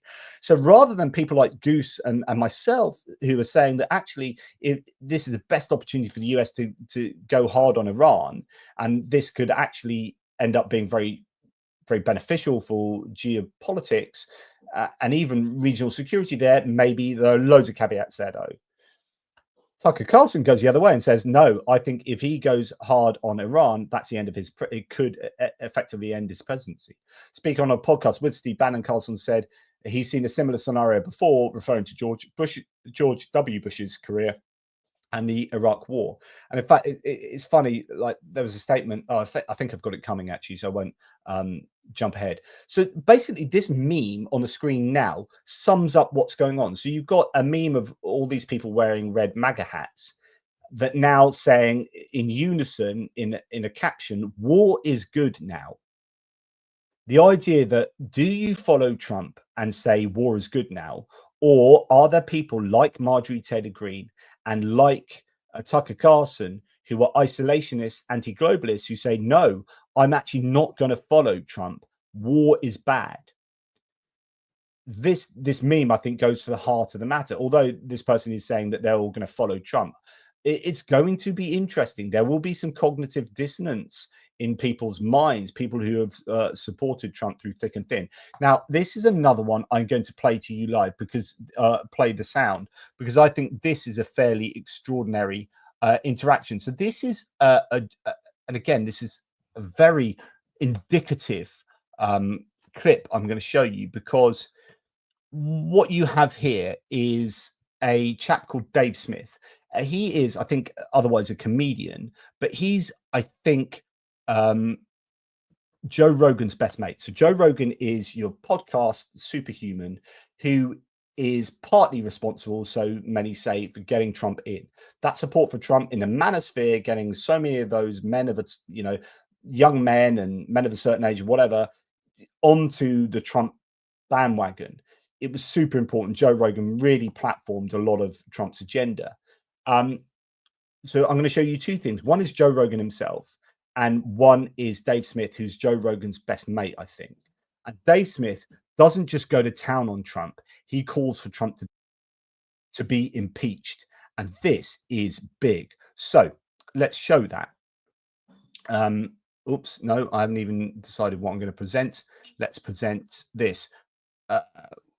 Again, I just think this is an absolutely a vital clip to watch. About coming back to the negotiating table. It's like sitting after Pearl Harbor and telling FDR, now's the time to go negotiate with the Japanese. Negotiations are over now. The time for negotiations was before this. And so, yeah, Donald Trump looks, and man, I supported him this last year. I apologize for doing so. It was a bad calculation. At the time, it seemed like the right one. But he should be impeached and removed for this one. Wow. And not on some not on some ridiculous Nancy Pelosi. Of course, the Congress will never do it because they're all a bunch of corrupt hacks. This is the one thing they support. This is like Donald Trump should be impeached and removed for this. All of his supporters should turn on him. It's the absolute betrayal of everything that he ran and campaigned on and everything that he stood for. And I will say, despite the fact that, Donald Trump supporters have been labeled like a cult following, and that certainly is true for a percentage of his supporters, he is going to lose his coalition over this. I know I don't just speak for myself when I say there are a lot of us who simply will not go along with this. So it's just a devastating mistake. By the way, on top of that. So I just think that's really, really fascinating. About that you have this guy coming back to the. You have this guy that is kind of reflective of that demographic. Absolutely rinsing Donald Trump there and saying that he should be impeached. Wow. Well, let's now go to Joe Rogan himself. Now, although this has nothing to do with the war in Iran, I'd be interested to hear what his views might be on that. This is to do with the ICE abductions, apprehensions of people off the streets, separating mothers from babies and stuff like this. There's quite a bit of swearing in this. If you are offended by swearing, I do apologize.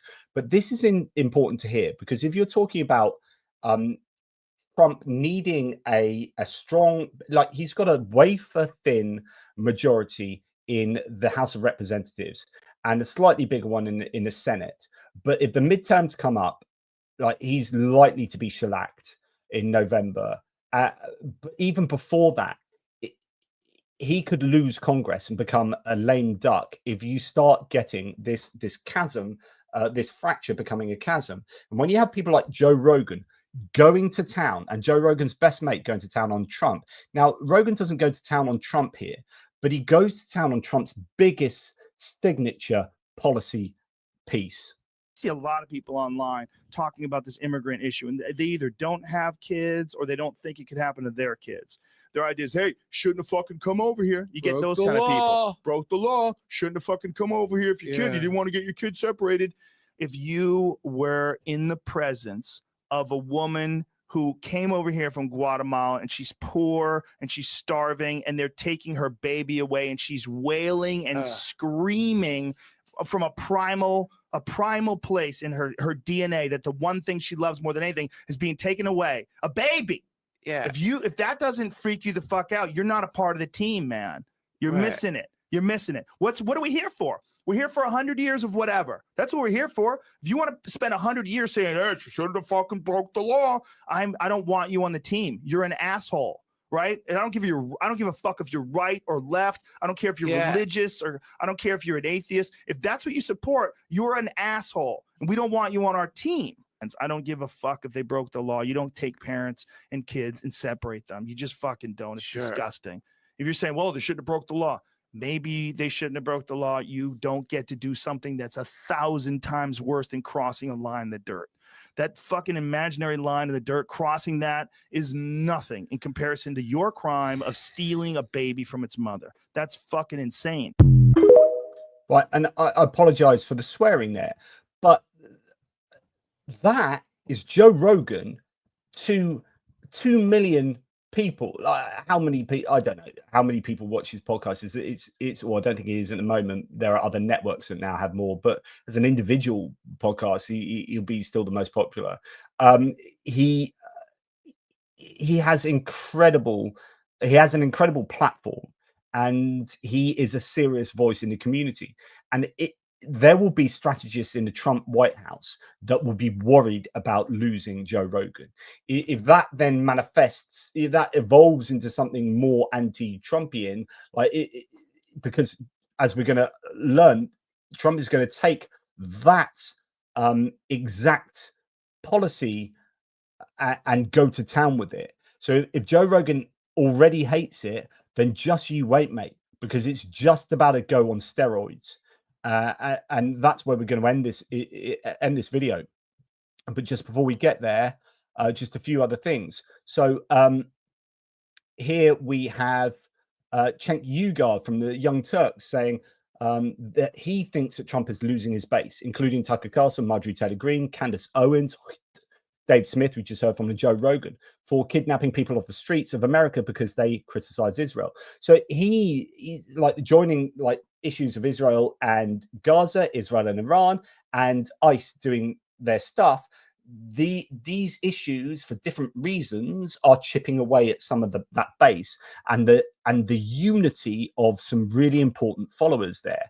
Here we have, just to go from actual like analysts to kind of internet right-wing influencers on Twitter. So here's Texas Patriot. Actually had this tweet come up in its original form, not a screen grab. This again is indicative. Of course, you can just say, oh, it's just some right-wing nut job on whatever. But honestly, pay attention to the trends. So F it, this person said, Texas Patriot, F it. If Trump takes us to war, I'm done with him and his administration. I voted for no wars, cheap gas, no taxes, cheap groceries, and make America healthy again. What of these things has actually happened? I'm pissed. So he's saying that actually that includes like inflation not being handled well, and obviously not happy with where it's going with health. But no wars. I voted all caps, no wars, and that's what we're getting. I'm out, right? So then you know all the people that are reading that he influences. You got Steve Bannon, you got Tucker Carlson. So Steve Bannon here says when they make unilateral moves, assuming America will fight their battles, that's when it gets dangerous. We must make decisions that put America first. Ron Filikowski, who is the editor for Midas Touch, so quite left-wing network. In fact, Midas Touch has now more podcast viewers than Joe Rogan, but they have lots of different shows. I take it. So I don't know if it's apples and pears. I don't think Bannon is wrong here. It seems that Trump has given Netanyahu a blank check. When Israel moves unilaterally, Trump and the Republicans say we must support whatever they choose to do. So this is exactly the point Rory Stewart was making that I was talking about earlier, that Netanyahu can do whatever he likes with impunity. Philip Kansky is saying this, and he's saying that basically that's what Steve Bannon is saying. So Netanyahu is now dictating US foreign policy while Marco Rubio is irrelevant. Marco Rubio is irrelevant. What has he done in the last month? He's Secretary of State. He should be at the center of all of this. And he's not saying any. I've not heard him say anything. He's probably just dying in his shoes.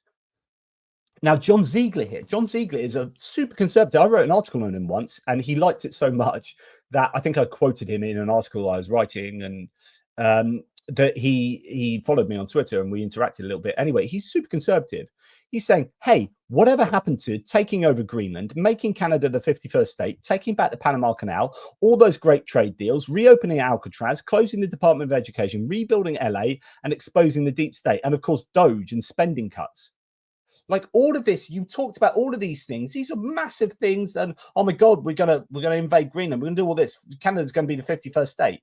Either Trump is taco, Trump always chickens out, or he just gets distracted, moves on to the next thing. This is the argument about his agreement and the Doha agreement for Afghanistan. Such a poor agreement that Biden had to fulfill, but it's poor because he kind of got bored of it. Yeah, we'll do that quick, rush that through, have a chat to Taliban, sort that out, go over the Afghanis' heads. Yeah, bish bash bosh, or the Afghani government's heads, bish bash bosh, sort that out. Right, move on to the next thing.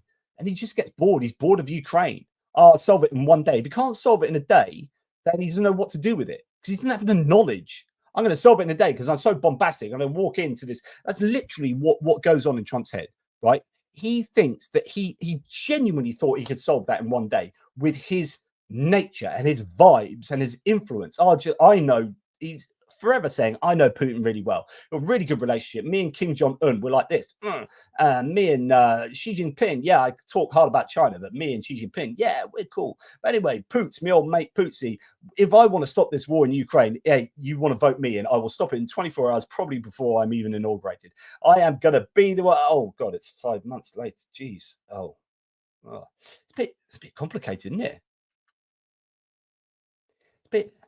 Anyway, they've got these nice spires, your steeples, towers, your minarets. Have you heard of minaret? They've got these things all over Ukraine. They're all destroyed now. It's all 5,000 people, 6,000 dying a day. It's all terrible. Anyway, I'm off to Tel Aviv now. I'll see you later. Hey, Greenland. We're going to take Greenland. Greenland, 51st state of America. Yeah. I'm going to come on. The universe is going to take over space. Have you been to space? Have you been to space? I haven't been to space. My mate Elon Musk's been to space, or he hasn't. But anyway, he owns it. He owns some of it. Anyway, America's going to own it all. We're going to take it all on space and aliens. And I'll tell you what, we'll do it in 6 hours. I said I'd do the Ukraine war in 24 hours. We'll do space in 6 hours. And it's just like bombastic. But again, it gets back to like, what granular knowledge do you have about space, about Canada? He talks about Warren, whatever his name, this Canadian guy. He just talks about these little things he knows about different subjects and like hones in on that.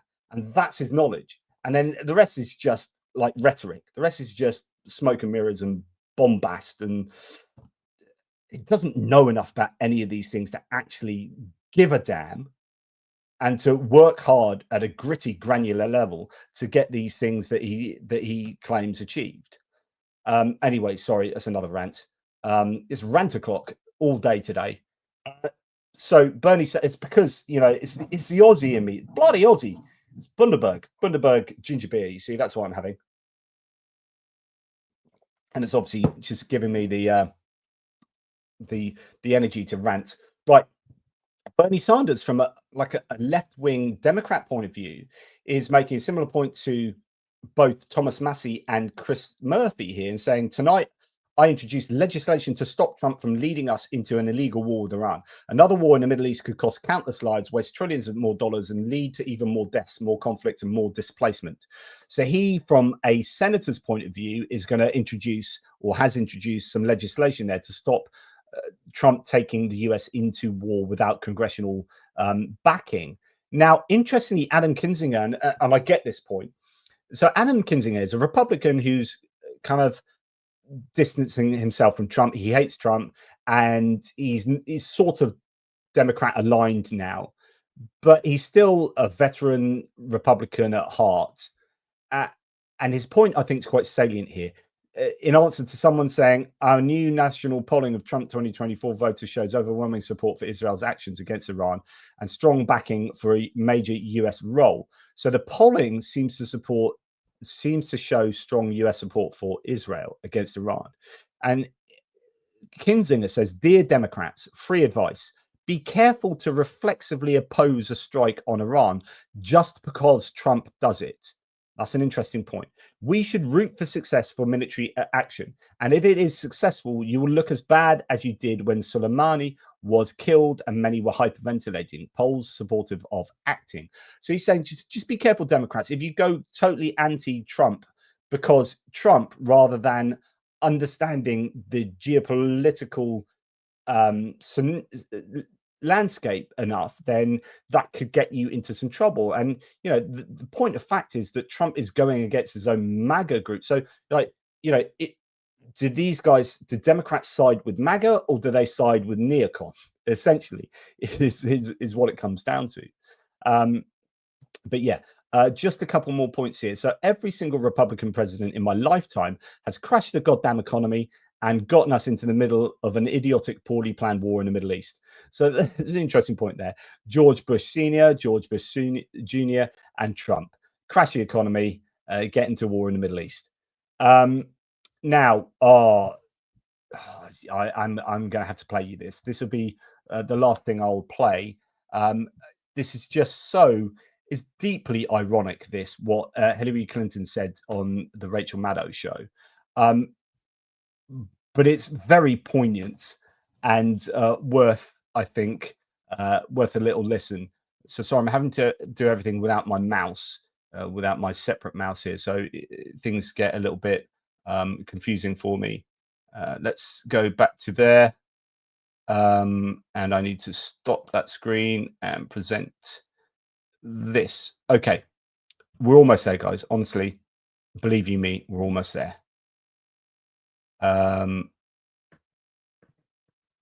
So I need to, where are you? Yeah, that's one. Okay, right. Clinton, are you ready? There we go.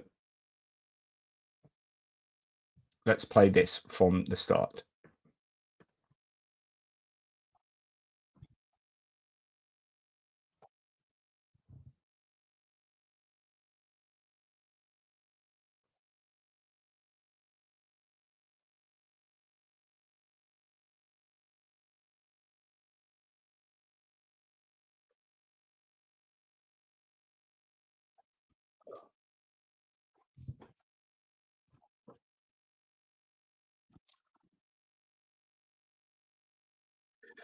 So this is like pretty funny as far as I'm concerned, because if you remember Hillary Clinton's emails and you had Trump asking Russia to get hold of her emails and all the DNC information, and that actually happened.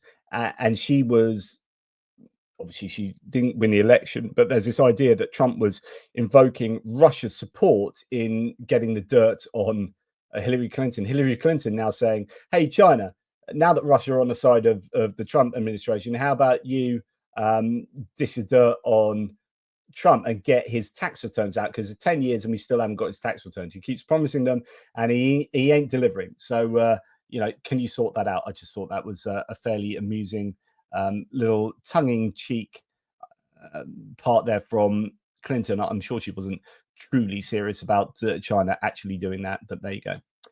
Right, and then finally, where I have, what do I have? Yeah, and finally, but super importantly, so this might take a few minutes. Right, so we talked about war in Ukraine, that the US is backing Russia. Sorry, the Trump administration is backing Russia.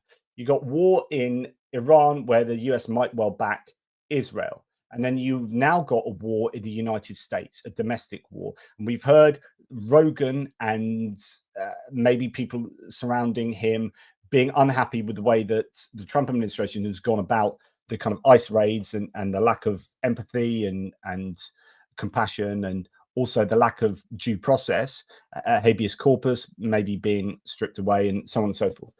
Trump had a massive rant on Truth Social yesterday that almost certainly was written by Stephen Miller. I'll bet serious money that this is just Stephen Miller's writing. Okay, our nation's ICE officers have shown incredible strength, determination, and courage as they facilitate a very important mission, the largest mass deportation operation of illegal aliens in history. Every day, the brave men and women of ICE are subjected to violence, harassment, and even threats from radical Democrat politicians. But nothing will stop us from executing our mission and fulfilling our mandate to the American people. ICE officers are herewith ordered by notice of this truth to do all in their power to achieve the very important goal of delivering the single largest mass deportation program in history. By the way, this is important. You'll see why it's important. It's super important. In order to achieve this, we must expand efforts to detain and deport illegal aliens in America's largest city, such as Los Angeles, Chicago, and New York, where millions upon millions of illegal aliens reside. These and other such cities are the core of the Democrat power center, where they use illegal aliens to expand their voter base, cheat in elections, and grow the welfare system, robbing good-paying jobs and benefits from hardworking American citizens. He has just announced in public that he is going to use ICE as a form of kind of almost a military tool to wage war against, and he said it, I'm not using ICE to deport illegal aliens from, I don't know, the cotton fields of Kansas or whatever, or the farms of Georgia or wherever it is, some kind of red state. They're not going into Idaho, and they're not. What are we doing? We are expanding efforts to detain and deport illegal aliens in America's largest cities, such as LA, Chicago, and New York, where millions upon millions of illegal aliens reside. These and other such cities are the core of the Democrat power center. This is the politicization of an immigration policy. This is targeting Democrat strongholds, and I just think that this is incredibly dangerous. These radical left Democrats are sick of mind, hate our country, and actually want to destroy our inner cities, and they're doing a good job of it. There is something wrong with them. That is what they believe in: open borders, transgender for everybody. Who believes transgender for what?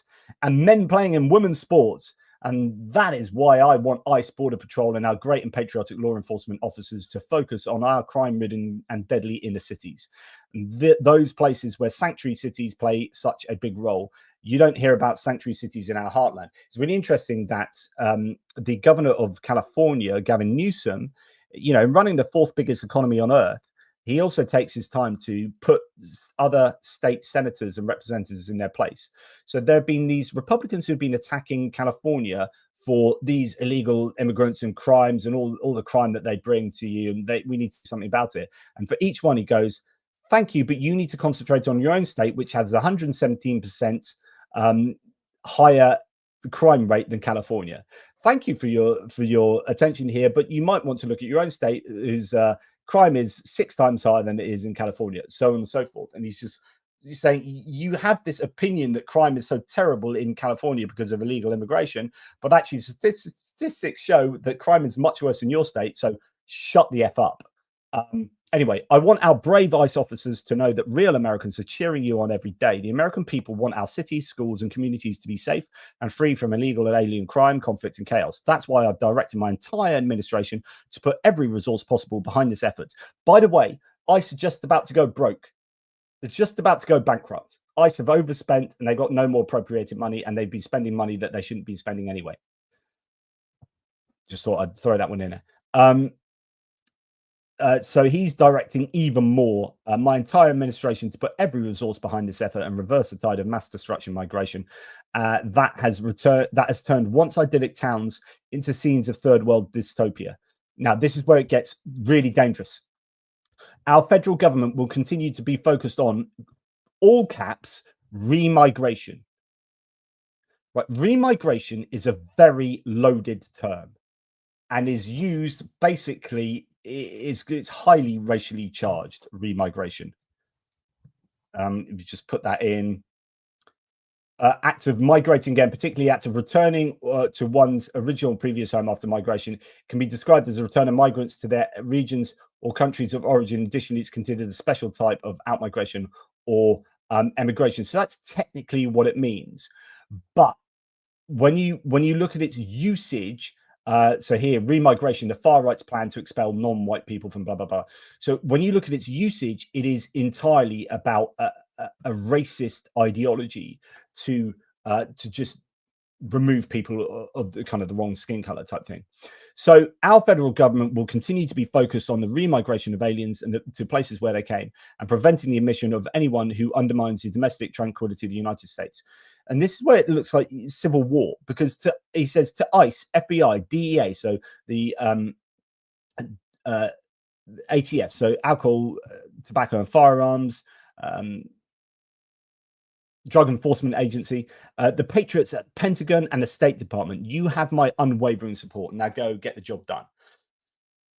Now, the reason I added this at the end is because part of my thesis is that Donald Trump is just chaos, right? That actually, when Joe Biden was in charge, you had people whinging on about transgender and this and that. It's just like, really? Is that what drives your everyday worries? Like, when's the last time that you were affected by anyone who was transgender? Like, who cares? Like, I'm not dismissing it. Just like, get your priorities right. If you focus on woke, it's because actually you want to get stuff through the back door, under the radar. And that's kind of, I think, what was going on here. And so the stuff under the radar is all the crazy stuff that's going on. So you have now the No Kings protest the other day were the biggest protests ever, I believe, if you add them all up, biggest protests ever in the history of the United States. And you have a sense of chaos going on there and division. You had a representative and a senator from at the state level in Minnesota who were assassinated and her spouse, and the other one injured with his spouse. And Donald Trump has not yet phoned Tim Walz to offer condolences, to offer support. Joe Biden phoned Tim Walz already. Donald Trump hasn't even phoned him, and actually attacked Tim Walz as being terrible when he was asked whether he would do so. The division that is evident in the United States is representative of the comes alongside chaos, and the Trump administration is sowing chaos and division at a time when the US needs to be as united as possible, because there's crazy stuff going on around the world. Ukraine and Russia, Iran and Israel, Israel and Gaza, the Houthis, China and Taiwan, the Belt and Road, the Sahel region of Africa, where Russia's playing empires, so on and so forth. Climate change, mass migration due to climate change. I'm not saying that immigration isn't a problem, by the way, but you can do things about immigration that don't look fascistic. There's just chaos. The United States is presently chaos. And you say what you like about Joe Biden. When he was in charge and you had the Inflation Reduction Act and the Chips and Science Bill, and you're like, oh, yeah, some good stuff to support the US economy and to support, making chips in the US, kind of what Trump wants to do, but with a more reasoned approach to doing it. The manufacturing, get the secure manufacturing of these incredibly important components in the United States. And that seemed I'm not trying to be some big Joe Biden fan here, but like, we've moved from sensible politics to, as many people are saying, and I think this is a really good word, unserious politics, but actually it's deeply serious still. Unserious in like, really? Laura Loomer, Tucker Cut, these people aren't serious. Who have you got in charge? Pete Hegseth? Really? Linda McMahon in charge? Really? Tulsi Gabbard? Really? Robert Kennedy Jr.? Really? These are the people that you think are competent and can take charge here? It's a deeply unserious government that is making insanely serious decisions with massively problematic ramifications. And I'm deeply, deeply worried about it. Anyway, there you go. That's where I'm going to end. But I'm not going to end because I've got some questions to go through. So where did we leave it? Goose again. Thank you, Goose. I suppose the question is, what are the likely radiological consequences of a strike on a nuclear program? We don't want a Chernobyl type disaster. I don't have the knowledge to answer that, but I'm sure that's very much something that's being war gamed at the moment. Good point, though. From a Machiavellian point of view, says Goose, why negotiate with an authoritarian regime when you have the chance to flip the whole chessboard? Of course, Iran will want to negotiate because they need respite for regime survival. Yeah, absolutely. You know, the only reason they want to negotiate is because they're in a real bind. That's often, we've said that about Putin before. So if Iran really are reaching out underneath the table to do negotiations with the US and with Israel, then that's because they're screwed and that's their only option. So yeah, you're absolutely right, Goose. Penguin 95. I personally believe yes. I personally believe that Trump is a Russian KGB agent. It will never be proven 100%, but actions speak louder than words. Come on down, Comrade Krasnov. I think there's definitely compromise. I swing all over the place on exactly what the compromise is. I think at the very least he is aligned with what the Kremlin wants. So he has an ideological alignment. I don't even know that ideology is the right word. He just has a view of the world that is entirely consonant with what Kremlin would want to do, but though for possibly different reasons. And that also makes him much easier to be manipulated. And I think he can be manipulated in formal and informal ways. In informal ways, he can just be on the phone call to Putin, and Putin would just be able to manipulate him to do what he wants. And I just think he's so weak and so lacking in knowledge. And so it's what is a fallacy of invincibility. He just thinks that he's invincible and he can do no wrong. And that means he gets himself into these predicaments where he ends up being manipulated by world leaders.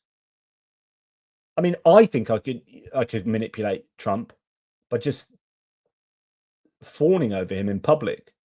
Like if I was a prime minister or president of another nation, we know that nations are like, well, this is how you need to deal with them. This is what you know.